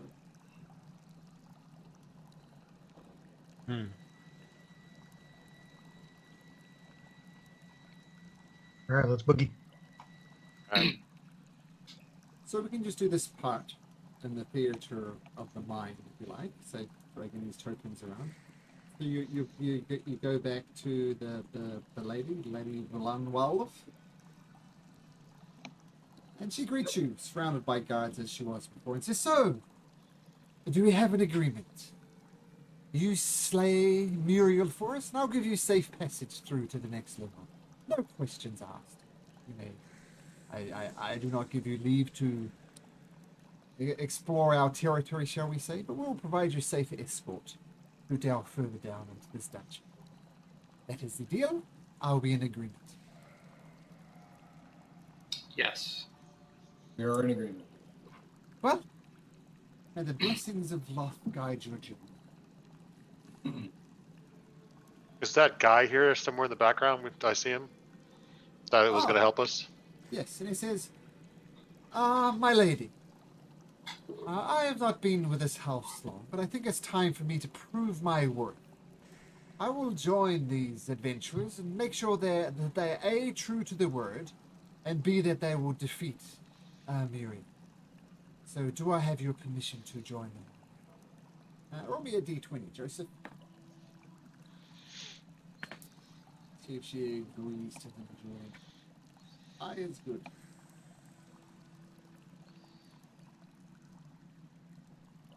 Of course. You may help them and increases the chance of getting Muriel, and quite frankly, if you're lost, I won't be crying. Theatrical bow and says, "Okay, gentlemen, shall we?" My lady, just before we go, No, I'm not talking to you, Anna. why do you care about Muriel if she cannot get here through the portal? I'm just curious. Did you not hear me, creature? I have no interest. You're but a simple mercenary for me, doing a job for me. Your opinion, anything you say, is worth less than nothing. I do not talk to animals. I repeat the question that Cross was asking. There's more territory that House Alrinder had, the better. All sorts of things we could do up here. We could garrisons, we could train people better. There are temples to Loth up there we'd like to regain. I assume lots of dead, all the people who've tried to take her on have died. I assume there's lots of treasure up there. The treasure, territory, temples to Loth. Huh. Okay. Thank you. I think we were going to ask you her vulnerabilities. I'm sorry, the puppet of the creature wishes to talk now too?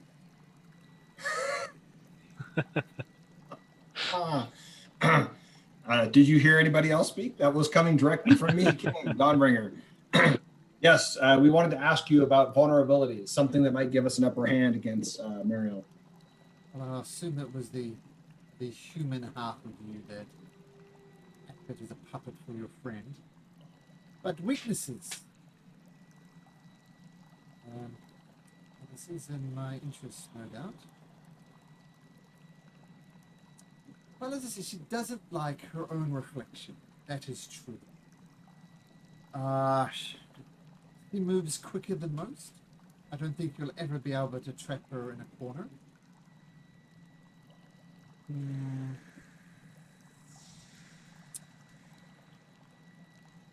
And I'm not sure if this is true or not. We haven't seen it personally, but we have seen signs. And she's a great spellcaster, no doubt. But she's also, it seems, have some experience. There's no easy way to say this with dragons. She's been known to polymorph herself into a black dragon.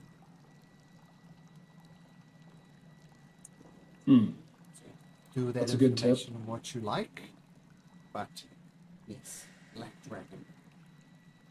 We've never seen it ourselves. We've seen evidence of its acidic breath. Muriel herself, not to do that. We've seen claw marks around as well. So maybe, I don't know if this is true. This is my interest to give you this information if it were true. She may have the ability to transfer herself into a black dragon. Thank you for that insight. That might change our strategies a little bit.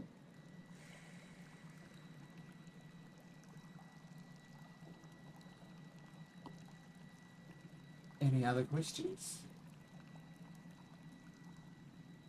Nope. No, not you. Not you.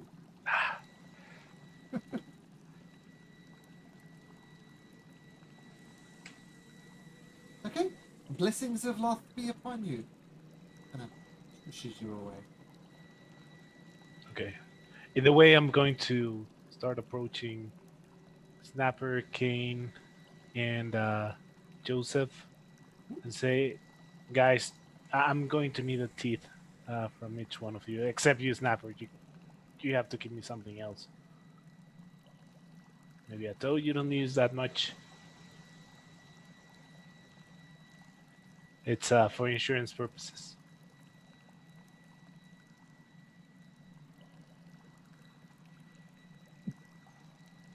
Joseph says, no, I'm okay. You don't need to take a tooth. I don't plan on dying today.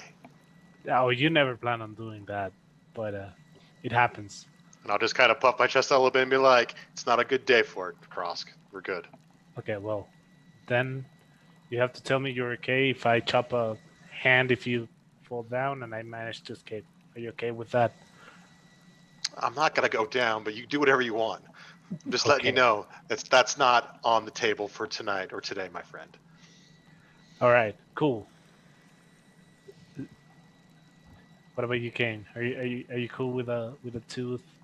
I'll give you a tooth. Hand it off to you. What are the back ones though? I was going to help, but all right, if you. That's impressive. Wow. That's hardcore, okay? We don't know where your lizard fingers have been. Sure thing. Only one. Awesome. All right, and Snapper, toe, or are you okay if I? Feather. Would a feather work? No, I'm not sure. Would a feather work? This is for Piece of his skin, basically. for reincarnation, right? Yeah. Let's have a look. Is it for reincarnation or revivify? No, for reincarnation. That's like the super last resort.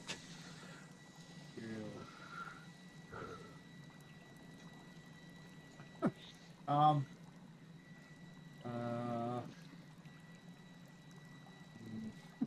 I don't see anything that says you require a piece of the person for the reincarnate spell. I knew it, Cross.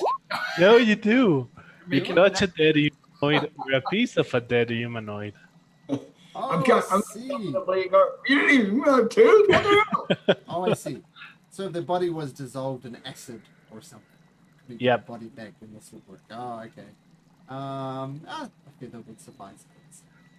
What about a feather? I mean, I would usually prefer a toe snapper, but I think a feather would be fine.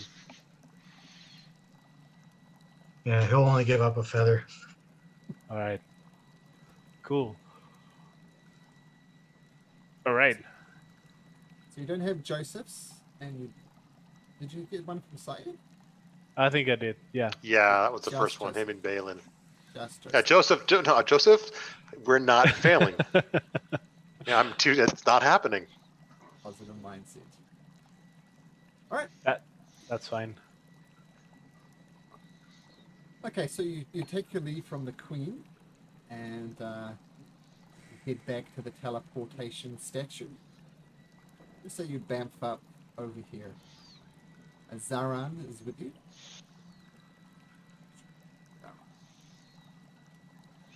All right. So feel free to cast any spells or anything you like before that point.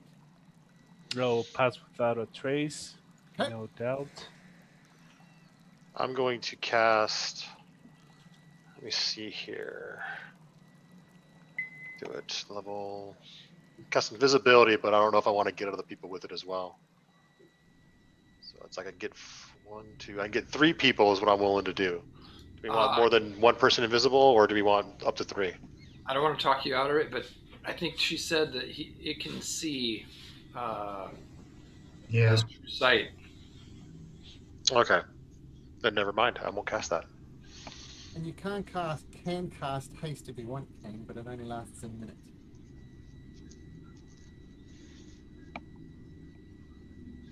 Save that for combat. Yeah, sorry. Too soon.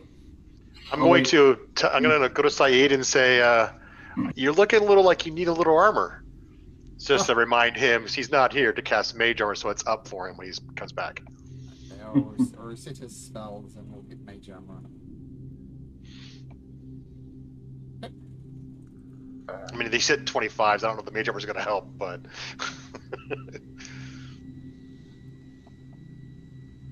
I'm gonna listen before I. Well, I don't know. Is the secret door already open? I guess it is because I can see Yep, out. it's open. Yep. I guess we're gonna stealth. Okay, so Hold everybody, on, Balin, I got an idea. everybody make me a stealth check then if you're creeping around. Plus 10 thanks to costs. Oh my goodness, Bella. 44. 23. 44? Jeez. Let's get a rotation. 26. Let's see.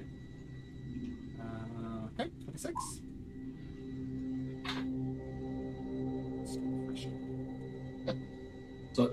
So mine must be plus 10, so that'd be 26. Is that right? Okay. And 23 is our lowest. Nice.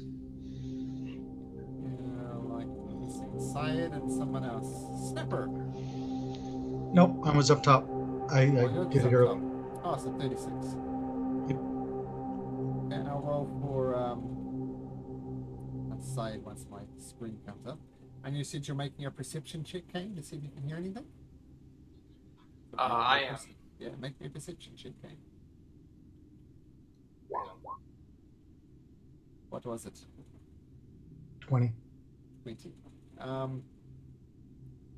You listen, paying extra attention to the clicking sound as this kind of the lowest scorpion body would make. You listen and you listen. Don't hear anything.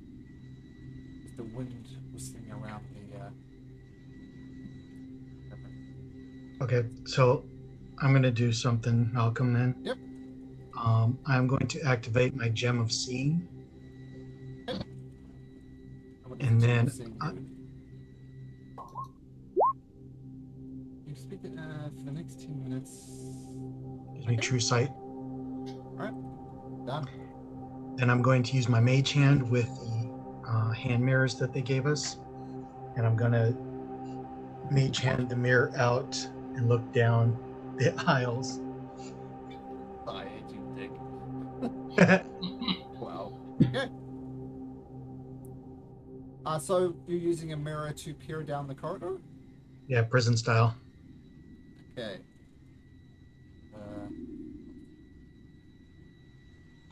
Okay, so you peer around through the corridor, look down to the west, don't see anything, you look around to the north, you don't see anything.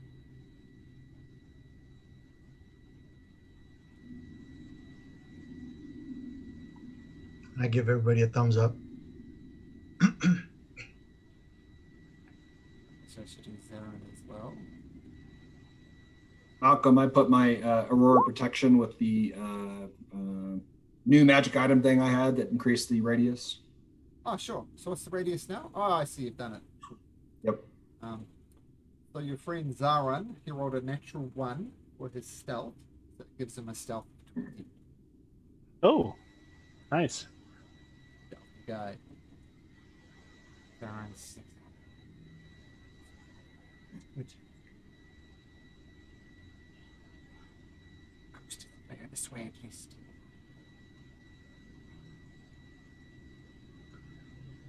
I'll get up on the ceiling. Okay. Deftly moving between the spider webs.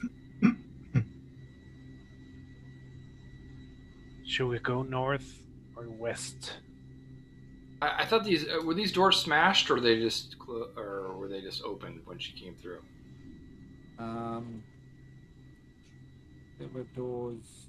Oh, it was here. To the west. And she came charging at us, and we heard crashing.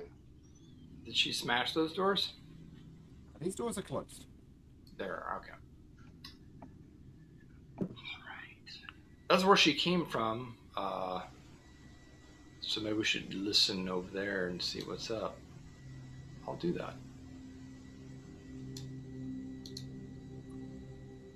Get close to you. You got my Aura. Is it doubled, Kane? It is doubled. Yep. You got a thing. Nice. Simon says, let me just tell you, everything this side of the teleportation stations is holy territory. She could just be as well be to the north or the west. But this is fine, let's check this out. So Belen, you're listening at the door? Yep.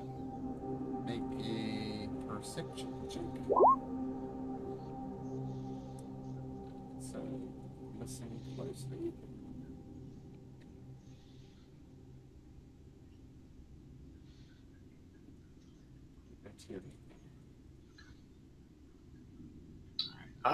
Zarn was saying to go north. I'm not saying that at all. I'm saying everything this side of the teleportation circle is her territory. So she could just as well be to the north as to the west. Well, if we open this door and she's behind the door, she's gonna know we're coming. So maybe we should check out north. If we don't have to open a door, we're more likely to surprise her. Agreed. So let's go north. Okay.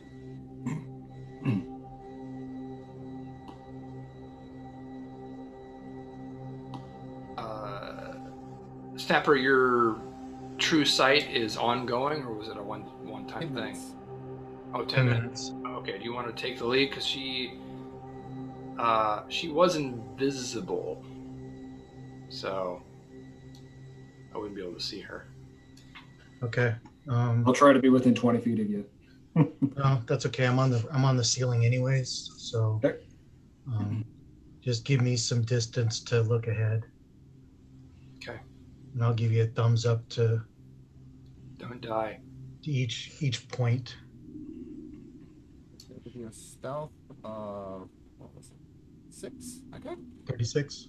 Clinging to the ceiling, using your true sight thingamajig. You don't see anything. This is kind of the way you came in. And these stairs up here is where you actually enter this level. But you peer across into those items, that rooms to the right. Make a perception check. You stop, you listen. This is what Snapper does, cautious as ever. Hear anything. And you do see some cables. Some tables carved from black stone. Center of this.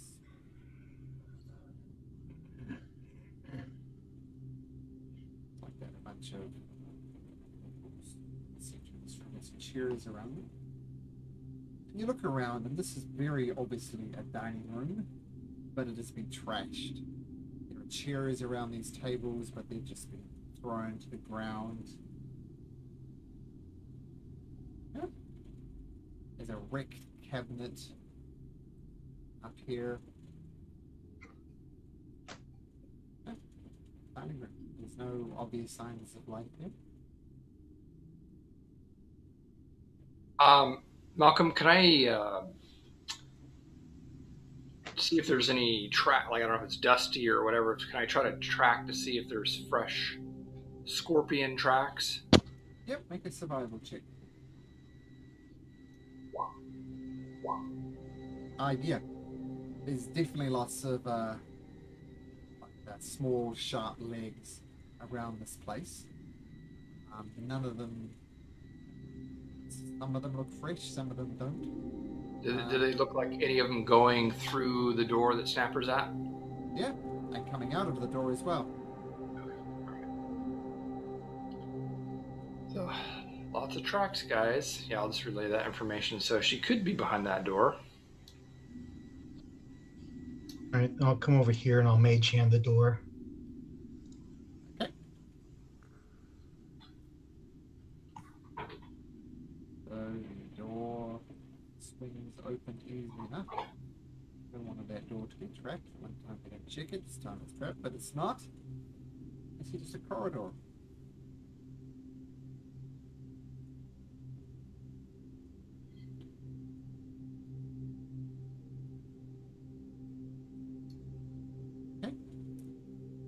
Snapper, you peer around the corner and you see what is very obviously a kitchen of some sort. Is it kitchen? Kitchen.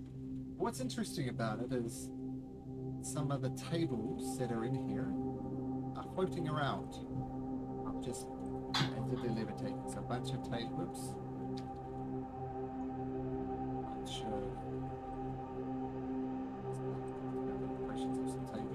just floating around.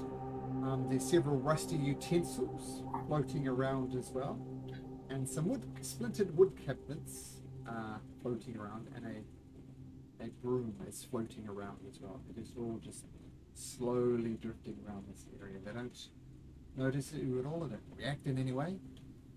Just sitting in their kitchen with everything inside it's floating. Hey guys, I just thought of something. Do we want to find a spot, possibly back to the teleportation statue, get set up, and try to make a noise and draw her to us so we're ready to go? That sounds good.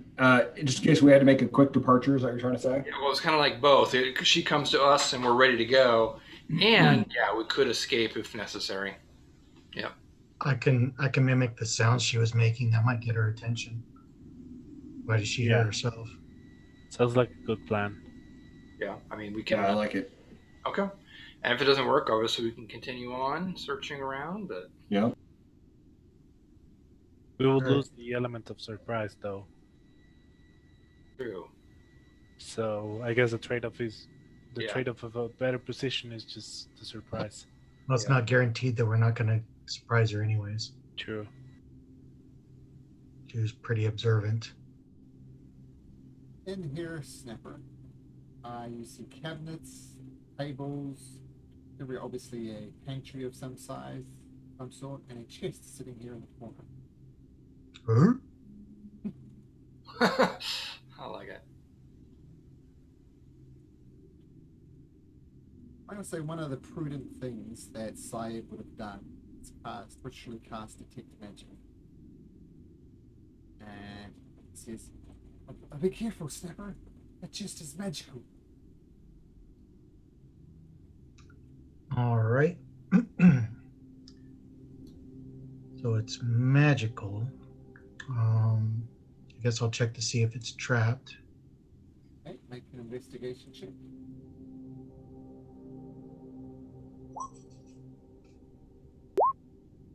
Doesn't appear to be trapped.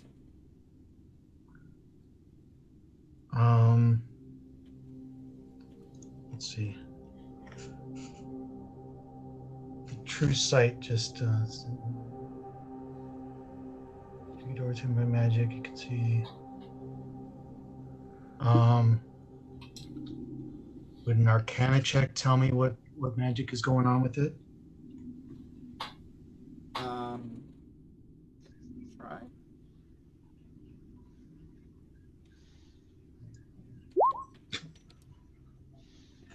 Sure. Actually, Syed would know, but it's Detect Magic. Actually, what type of school of magic it is. It.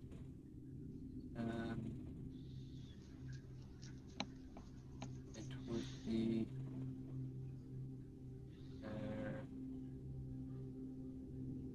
The School of Transmutation. Transmutation magic onto it. Chest. All right. Well, we can come back to this later. Snapper's a little too wary right now. Let's go with Balin's plan. We'll head back to the statue area and try and draw her out. Yeah, if nothing else, we have that possible escape route. Yeah. That we needed last time. Alright. Back to near the statue. Yep. Okay.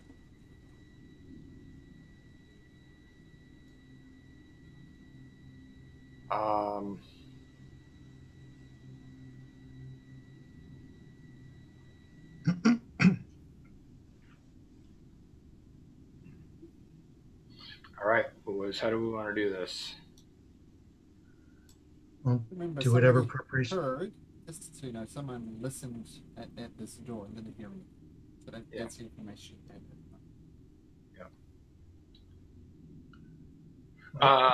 Snapper, you could mage hand it just to see, right? You see if there's anything behind there. Open that door. Yeah, I'll do that. Okay. You reach out and you open up that door. See.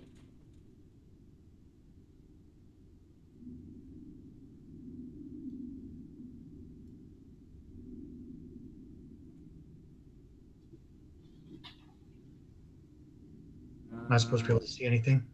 Sorry, just reading something. Just give me a sec. Okay. Bad sign.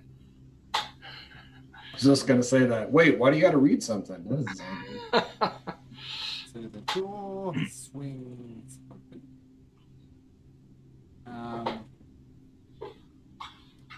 And the floor is the most interesting thing in this little chamber by far.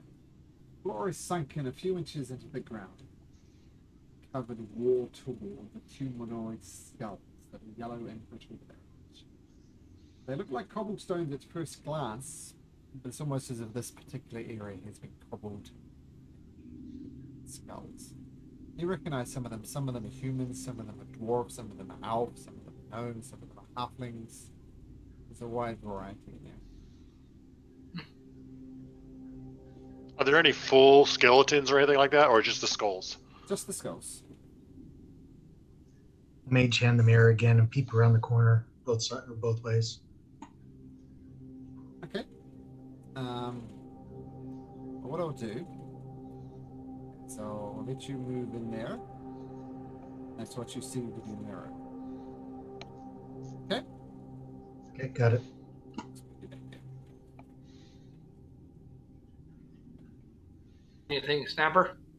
You did see right at the edge of your rage some statues over in this room. Yeah, it looked like a Drow statue. You're not quite sure. You didn't get a close enough look, but you just saw right at the edge of your vision 2 statues. Okay. So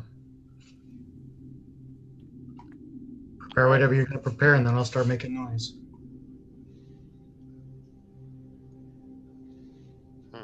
You know, So you saw her? I just remembered the Drow warned us that like she was up here before, right? But so I'm wondering if but she came from here, so I'm wondering if there's a tunnel that goes all the way around. They said she could be anywhere on this level. That's true. Yeah, I was gonna say. I mean, the last time that's what they said, but it's true. All right. Well, let's do it. I'm gonna. Yeah, I think where you're at, Snapper's perfect because you can see with your true sight. What's the range on that? 120 feet. Oh, perfect. Okay. Yeah, I'm just gonna stay right here then. Speaking of which, I'll just change your vision distance to 100 feet.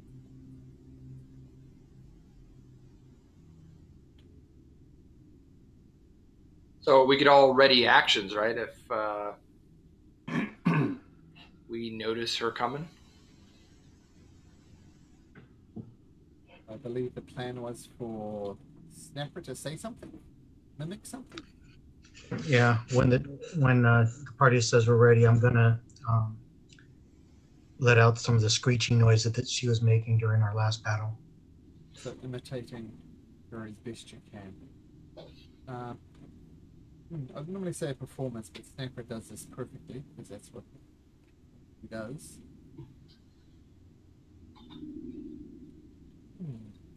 Does anyone have what is it called, thaumaturgy or something like that, where the voice is much louder? That's a pretty small range. Oh, I thought it was 300 feet or something, but maybe not. See, I don't know. Side has it. It's a cantrip.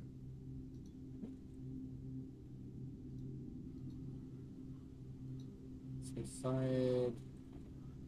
Thaumaturgy. Oh, he doesn't have thaumaturgy, so. Okay. Okay.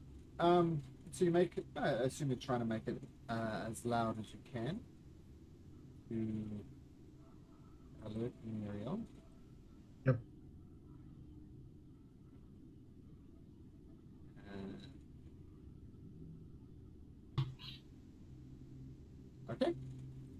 So you make the noise, it echoes around the chamber.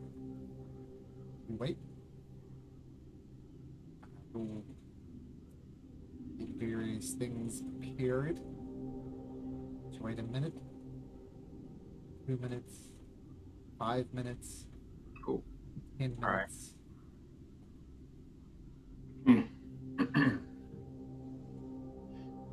Okay, I was gonna say, dude, can you do your true sight again, or did we want to wait that long, Snapper?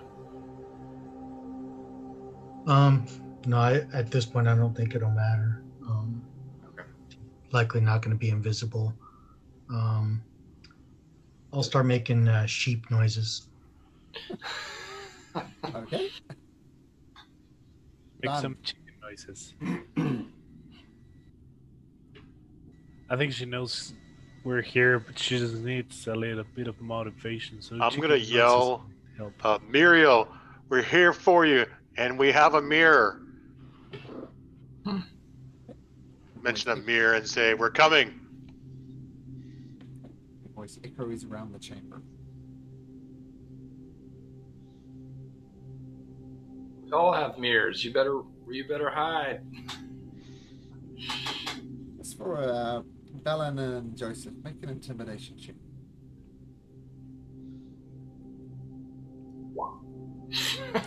Belen. All right. Joseph, above average.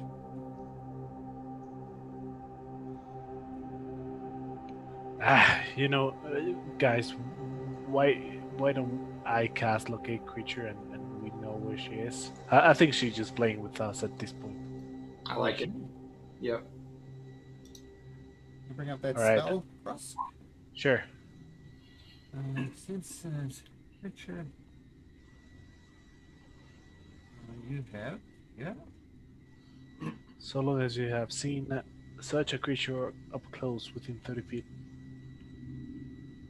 No save for this.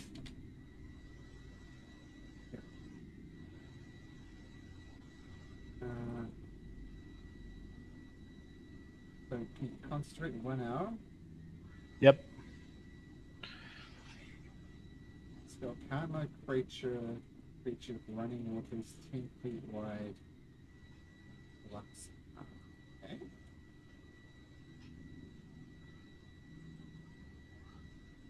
Or under the effects of a polymorph spell. We do detect where Muriel is.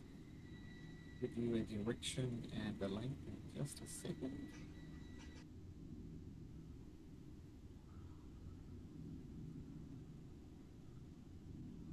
She's about 300 feet away, southwest direction.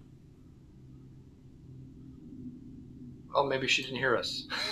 It's pretty far away. Yeah. All right, so I guess we'll. She's playing hard to get. Oh, by the way, we don't have Pass Without a Trace anymore, because I'm concentrating on this other spell. Okay. So to the southwest. Southwest. You should still stay. I'll mention everyone, guys. I'm gonna stop everyone before they go through the doors and say, "Watch out! There's undead. Be careful. It might be in the way." Sure. Just reminding people behind doors and stuff. There could be undead. Kane, can you know where the undead are? I'm just gonna look at that real quick here. Let me see. Your paladin thingies? I'm looking at what my ability is. Or your power is limited to hitting super hard? I actually have the Black Pearl. I kept it, and I can sense undead up to 120 feet. It starts to glow. If there's any undead within 120 feet. That's better than what I got. So is the pearl glowing black or glowing? I have 120 feet to sense the undead with the Black Pearl we found. Are you listening at that divine sense? Like I would have Snapper first. So Snapper, you're listening at this door here? Yeah. So Snapper, you do hear something. You hear very heavy footsteps coming to something very large. what's interesting is it's almost they're not just going stomp, stomp, stomp, like stomp, stomp, stomp, stomp, stomp, stomp, stomp, stomp, stomp, stomp, stomp, almost as if they're dancing. And you're doing a divine sense to detect undead or fiends. Right. Okay. Keep in mind that it's blocked by stone and stuff, but you do not detect anything. It's undead. Okay. Joseph has a pearl. That will glow if there's undead within 120 feet. Okay. Does that work through doors and stuff like that too? Don't know. That's all it said was it's a black pearl we found that senses undead. It starts to glow faintly if there's undead within 120 feet. That is awesome. It does not glow. All right. All right, I guess I'll mage hand the door open. One to the south. Swings open easily. And now you can all hear it. It's a strange, very heavy, almost feel it in, in your legs. It's that heavy. Boom, boom, boom, boom, boom, boom.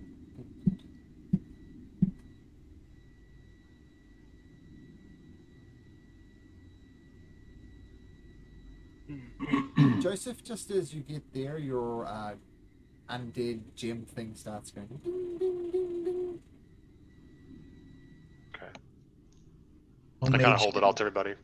So they can I'll see. mage hand a mirror around the corner.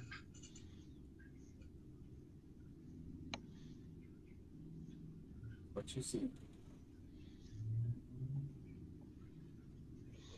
We'll bring you back up to this. And just beyond your sight vision, you did hear this this rhythmic stomping.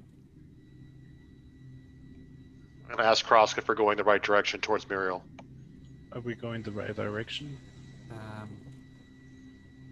we getting closer? I mean, going this way. Or are we getting further away? You are. Marco. Sorry, pretty much. Tell me. So right now, Muriel is.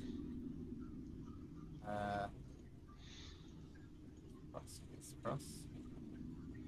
It's 245 feet away, southwest, shall we say? Further away. No, we're getting closer, but still pretty far away. It was 300 feet away last time. Well, then we're headed the right direction. Let's keep going. It's west, so it could be this This way. is going east, but it could loop around. Yeah. All right. There's a hallway up ahead here. Okay.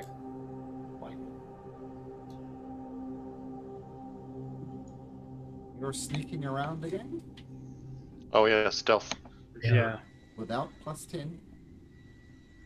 Yeah. No, he's concentrating on something else. There's no plus. Yep, it's no +10. Oh, that's what I meant to say. I don't know what I said, but no +10. 14. Come on, Saeed, be a jerk. Side one time in your life, roll a good stealth.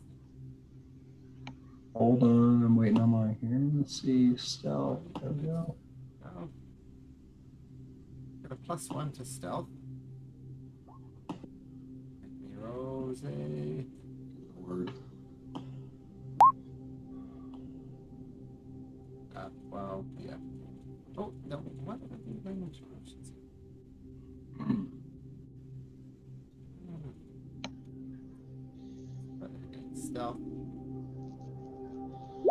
15. Well, Syed is helping out. Pain, not so much. Snapper, though, you start sneaking around. Okay, what are the rest of you doing? Keep going down. Yep. Yep. Following Snapper, not too close. I'll magic hand mirror around the corner again.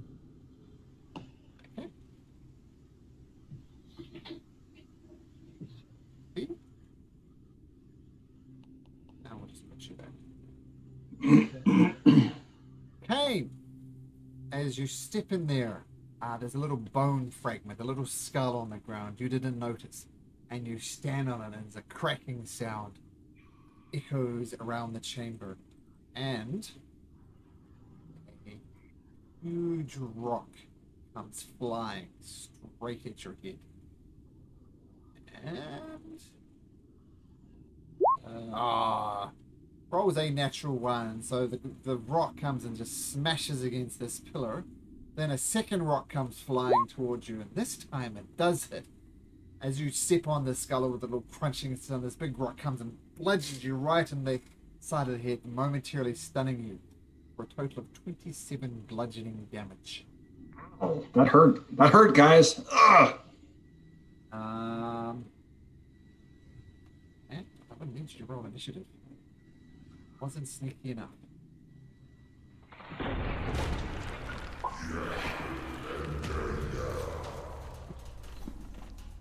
Okay, and I'll roll for Syed and Darren.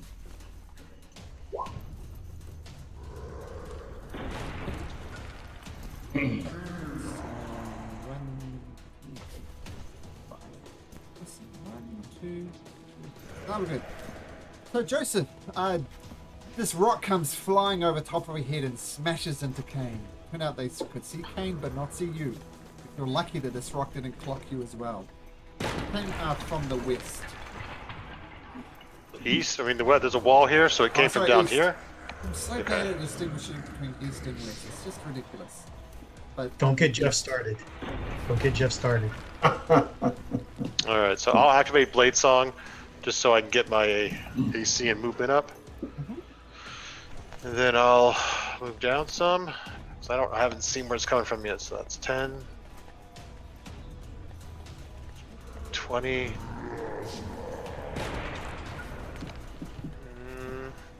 I'll just move out to there. I don't see anything, and I'll cast Blur on myself.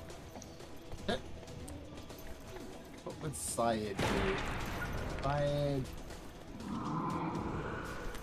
Oops. is going to move out here and prepare an action. To cast a spell I'll decide upon later. Okay. Once again, a rock comes flying. This time it goes for Joseph. Disadvantage. Disadvantage for a 27. What's that? 27 at disadvantage. Oh, okay. So another rock comes flying, clunks you on the side of the head for 21 bludgeoning damage. And I believe we will do the concentration check as well. Constitution saving throw. Well, actually, I got a question for you. How much was it? 21?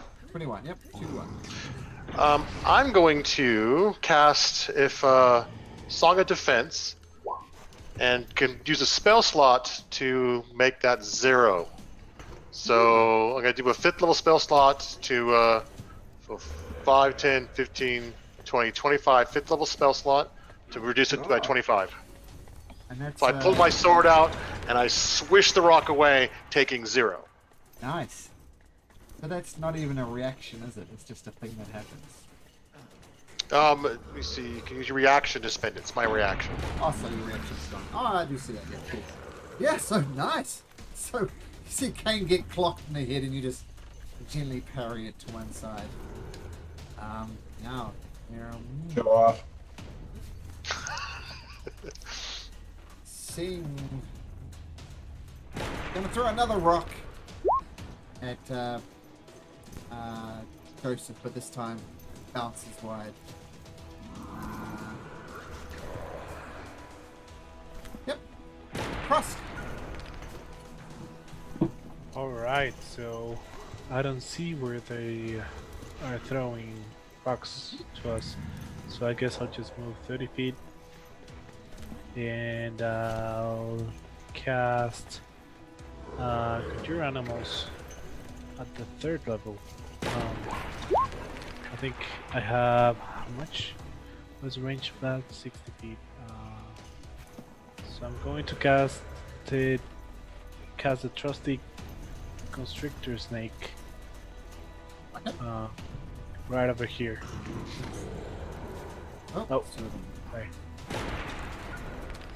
No, I think right over here at the edge. okay.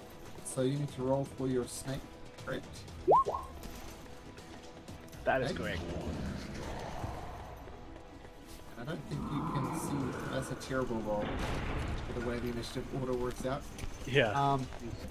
Okay, so the snake disappears at your action, boom, concentrating on the snake, and your concentration on the locate object, boom, stops.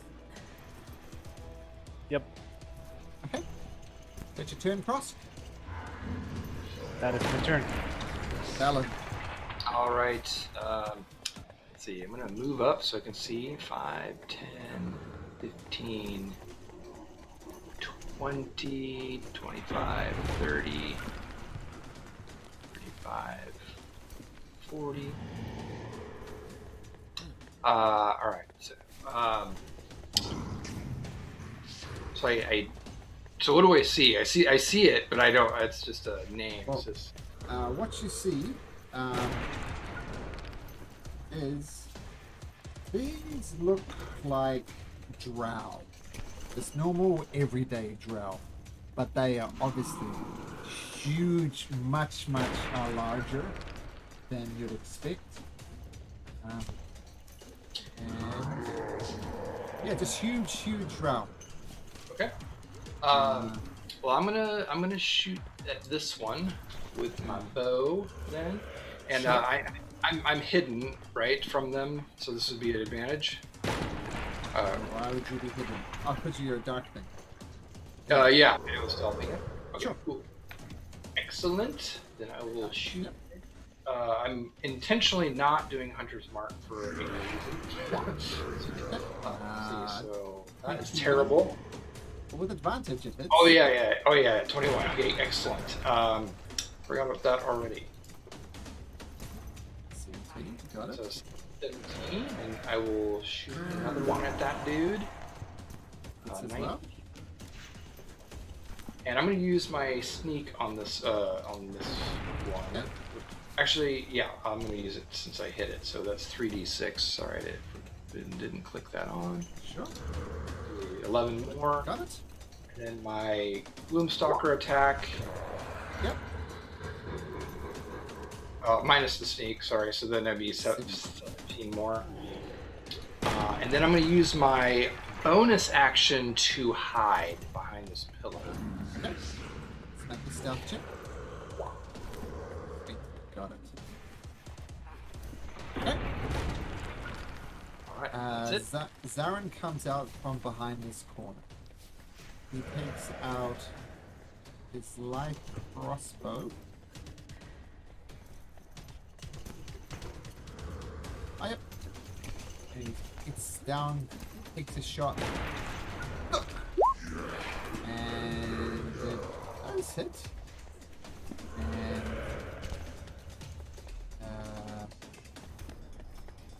let's check something.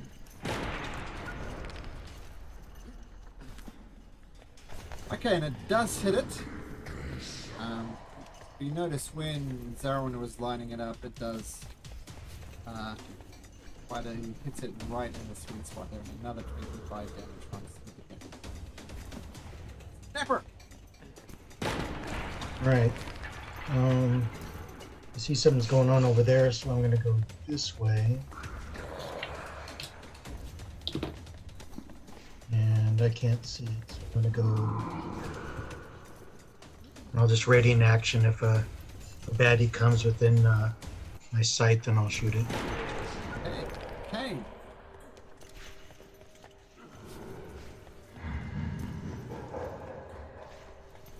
Sorry, unmuting myself. All right, I'm gonna move in the direction that my party members are. So, oops. Move this way. I can move to here. So it looks. We can just start to see something here. What is? Try to ping that. What is this here? What where? Oh, this is the huge, gigantic thing that looks like a drow. Okay, it is. All right, so that means that it's in view. That means I can throw Azure Edge at it, which I will do. So, Okay. character sheet. All right. Okay. Ah, 30. Oh man, that misses. yep. All right. I'll throw again. Okay. That hits. 18. Okay, got it. And right. sorry, I take it back. These Joseph, your little undead thing does not pop off. Sorry, these are not. Okay. Okay. It's your turn. All right. That's my turn. Yep. Joseph. Where'd the rock come from? It came from this direction over here? From your perspective,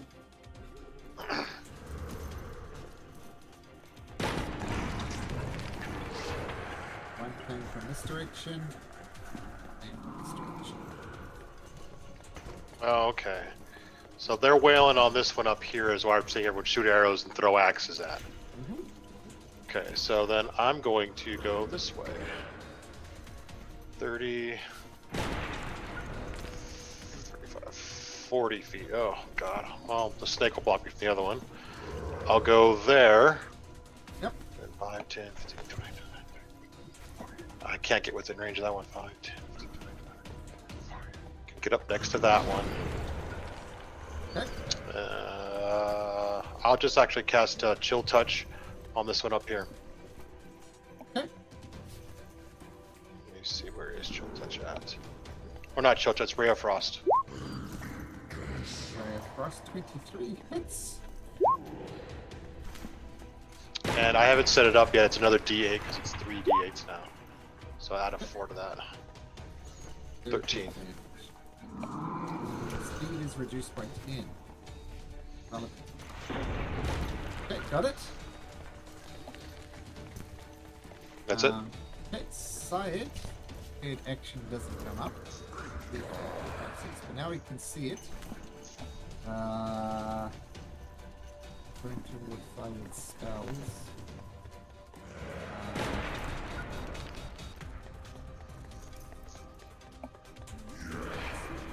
Just cast.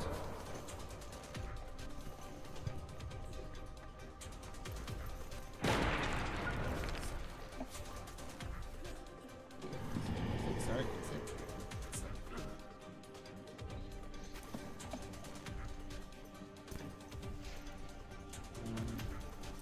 Oh, I'm just totally my page. That's the side sheet. Just a sec.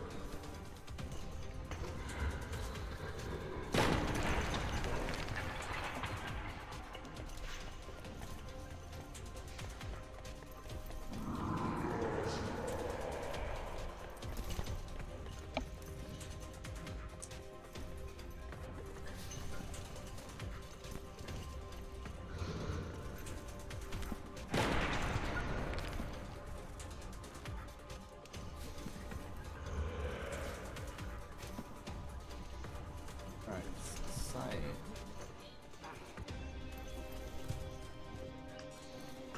Sorry, just taking a while.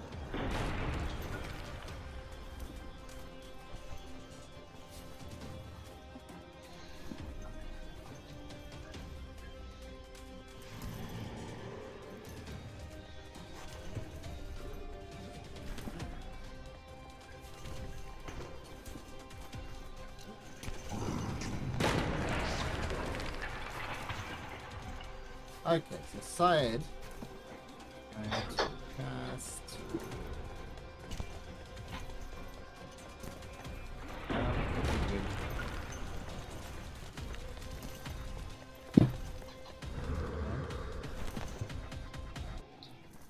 Actually, I'll just have him do Hill Touch. Oh, there we go. That's good. Creature takes. Wow. Nice. That's a cantrip. So that one takes 3 points of damage. This is its reaction. So their turn. First of all, one to the top.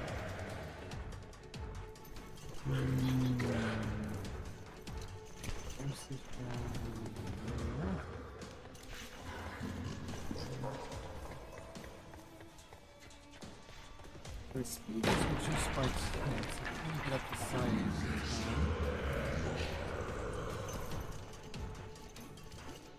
2, 3, 4, 5. Just. Okay. Time to wail on the wizard. So, there's lots of chandeliers and various other bits and pieces in this. What was once a ballroom, and just brings up this chandelier and starts swoosh, swoosh onto side. With a 25 and a 28. I don't think he can block either one of those. So he takes a total of 36 points damage. Okay, the one seeing Joseph there as well is going to do the old trick of throwing a rock at Joseph. Natural 1, so that misses. Constrictor snake. Okay, so I cannot see through the constrictor snake's eye, but You will in a sec.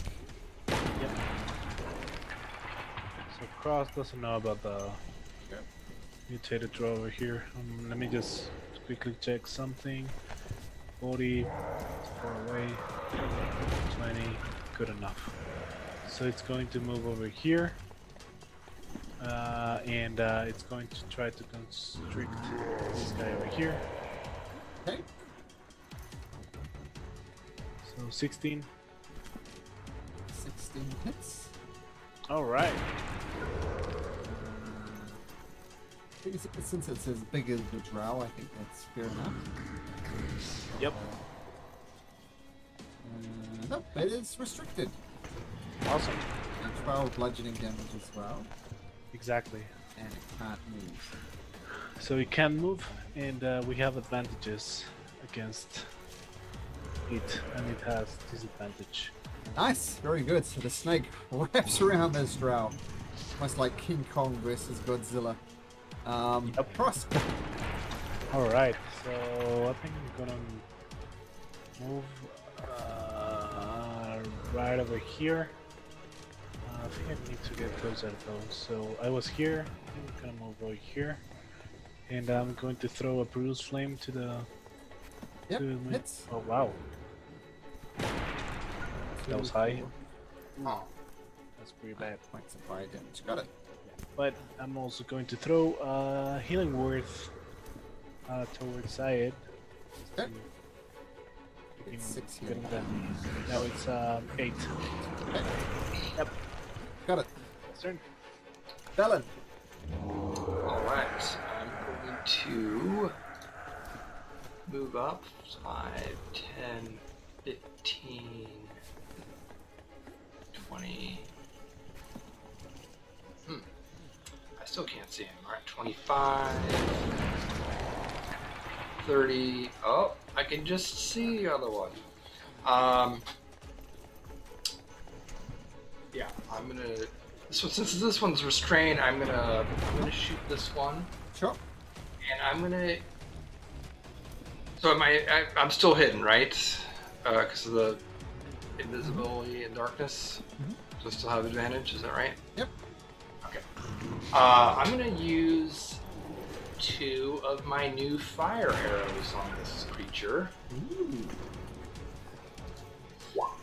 25. Hits. That hits. 21. Alright, so I'm going to roll normal damage and then I'll do fire if that's okay. Alright, so there's normal and then fire. Let's see, it was 2d6, so I'll roll 4d6. Ah, nice. And then bonus action. Well, I guess if it's just darkness, I can just move anywhere, kind of like step aside and hide, or just hide in darkness. I guess if that's okay. Yep. Okay. And Okay, Darren takes a shot with his light crossbow again. Oh! Oh, well, the natural 20. Nice. So that's 13. How much to start? I don't think he's going to survive this. 13. Sneak attack damage. 12 d6 on top of that. Yeah. It goes straight through the eye of this gigantic drow and it just crumples around the giant constrictor. Criticals on sneak attack. No joke. Snapper. All right.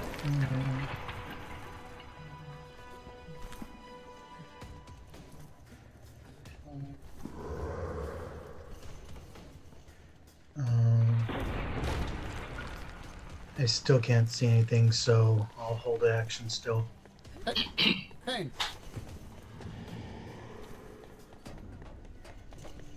Myself unmuted here. Toggle back from that. All right, I'm gonna move up. Oops. This way. 10, 15, 20, 25, 30. And I cannot see the thing. Okay. Guess I will dash then. And I will 10, 20. Oh, I see it now. I'm going to try to run over to here to perhaps use this column as a little bit of cover. And that'll be my turn for this time. Jason. Okay, I'll move 40 there, and then I'll just dash to here. Just get right up in its face. Yep. I'll just yeah, hopefully I'll not die. It's a good So goal. he takes the dash action so we can see what's going on. Now, is it disadvantage to hit you, right? Yes. Okay. I'm just gonna swing this chandelier twice. It is. It's going to throw swing the chandelier twice at you. For a 23 and a 27. Alright, so I'll shield side one misses. The one misses, so the 27 I assume hits. Yeah. 19 points of damage. And then Constitution too. Yep. DC 10. Alright, I'll lose blur. Blur is gone, so no longer at disadvantage to hit you. Yep, and I'll take 19 points of damage. 19, yep, 19. Okay. Yep. Okay, so chandelier to the face. Giant constrictor snake. It's going to move and dash. I think until 60 feet. So hopefully I can get right next to the Drow. And that's going to be its action. Cross. Going to move 30 feet to the front. And to cast. I think I'm in range. I'm within range, right? Okay. To cast Mel's Acid Arrow. Yep, that hits. So, so 11 points of damage. Okay. And at the end of its turn, it takes 2d4 extra. And that's my turn. So we remember that. Felon. Okay, I'm gonna move up a little bit closer. Shoot at him. Couple times. Alright, first one here I'll do with the sneak attack. Oh, that's a weak sneak attack. And the other one. There we go. And bonus action. Nope. I'll just dash with my bonus action to up to here. Get behind this pillar. And Zarin does a dash along, try and get closer, but doesn't get close enough to shoot. Snapper.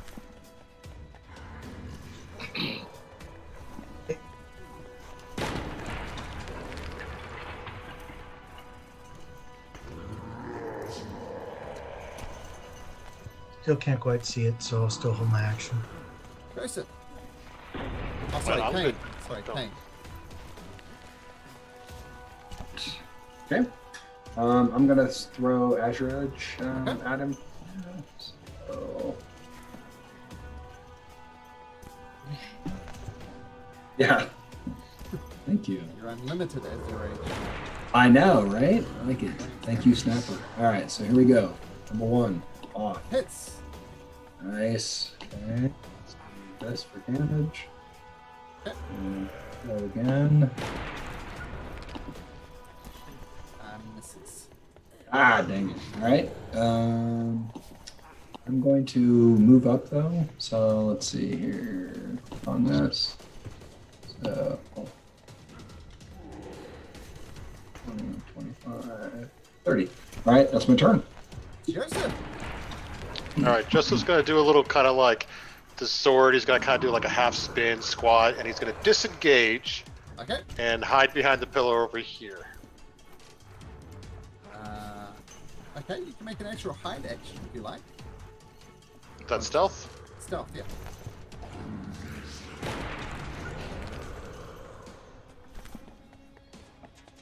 Good one. Okay, so let's see. Okay. Syed. Oh, Syed. Try and cast same thing we did last time. Successful.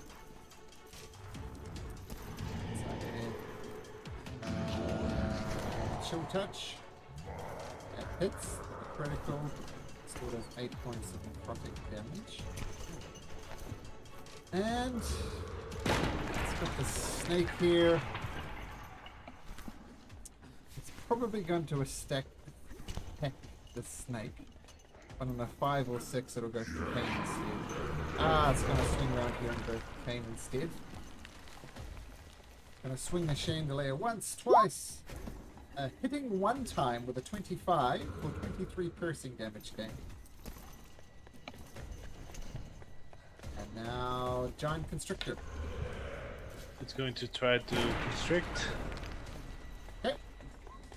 13. Nope. It says, yeah, and it's going to stay over there. Okay, and Oh, by the way, at the end of the turn, it takes 2d4 sure. for damage. Got it from the arrow. Yep. Yeah, I'm gonna move closer. Right over there. How badly hurt is it? It's got a lot of life left into it. And this thing is not incredibly hard to hit, but it's incredibly... It's got a lot of meat on it. Okay. If that is the case, then... but I don't want to lose my snaky snake. Crap. Yeah, I think I'm gonna throw a bruise flame. Okay. So 17 17, hits. Yep. 6, and throw a healing word towards Kane. Okay.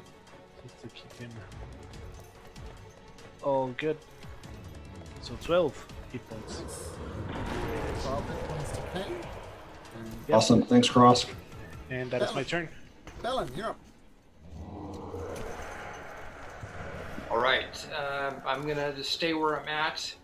I'm gonna, yeah, I'll put a hunter's mark on it for my bonus action. Cool. And let's do this. Hits. And hits. Yeah, I don't have advantage, right? So no critical. Dang it. All right, so first one with sneak attack. Okay. Second one. Minus the second numbers, which is for the critical. So what is that? 33 and 17 more. Got it. Okay, that did a lot of damage. And I'll stay right there. Siren comes up, gets his light crossbow, takes a shot. Hits 4.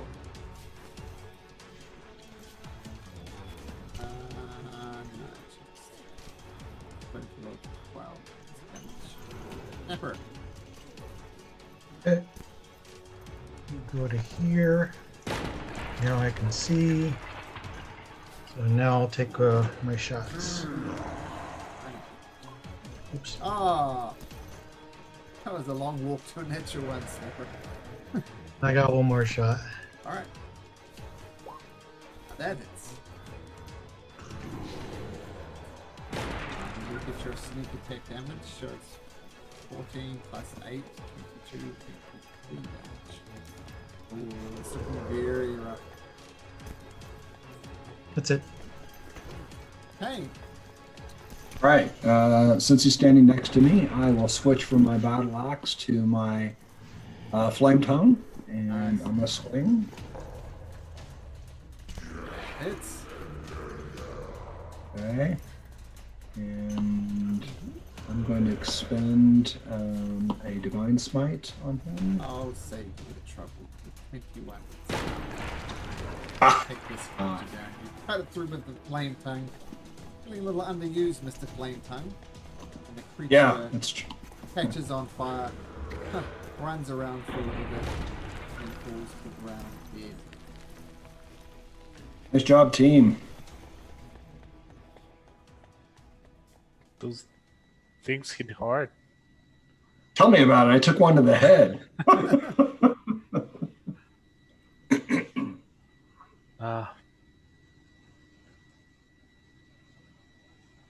Zarin says, this is what I feared. This is not just Muriel we need to worry about. I mean, she's a magic user. She's insane. This is not natural. Drow do not grow this big. She is up to something. And let's just say I don't think rest is an option here. You can try if you like, but Muriel is around here, and she's around here somewhere. We've just been flinging spells, rocks have been hurled, she knows we're here. But the decision is yours, but I say we just need to press on. Yeah. I think so. Yeah, I agree. Anything of value worth scavenging in this room? I'll make an investigation check.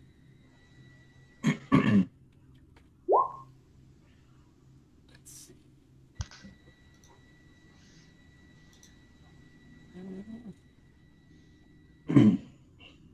If you have a look around, you don't see anything. I've noticed a bunch of rubble. Not much to scavenge.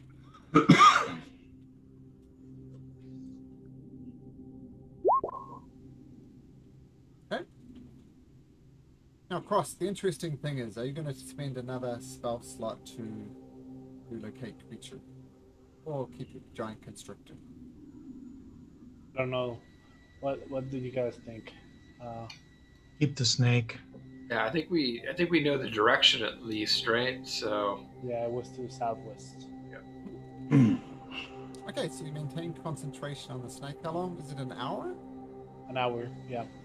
And after the hour goes up, does the snake attack you? Nope, Disappear. it puffs. Moves away. Okay? Yep.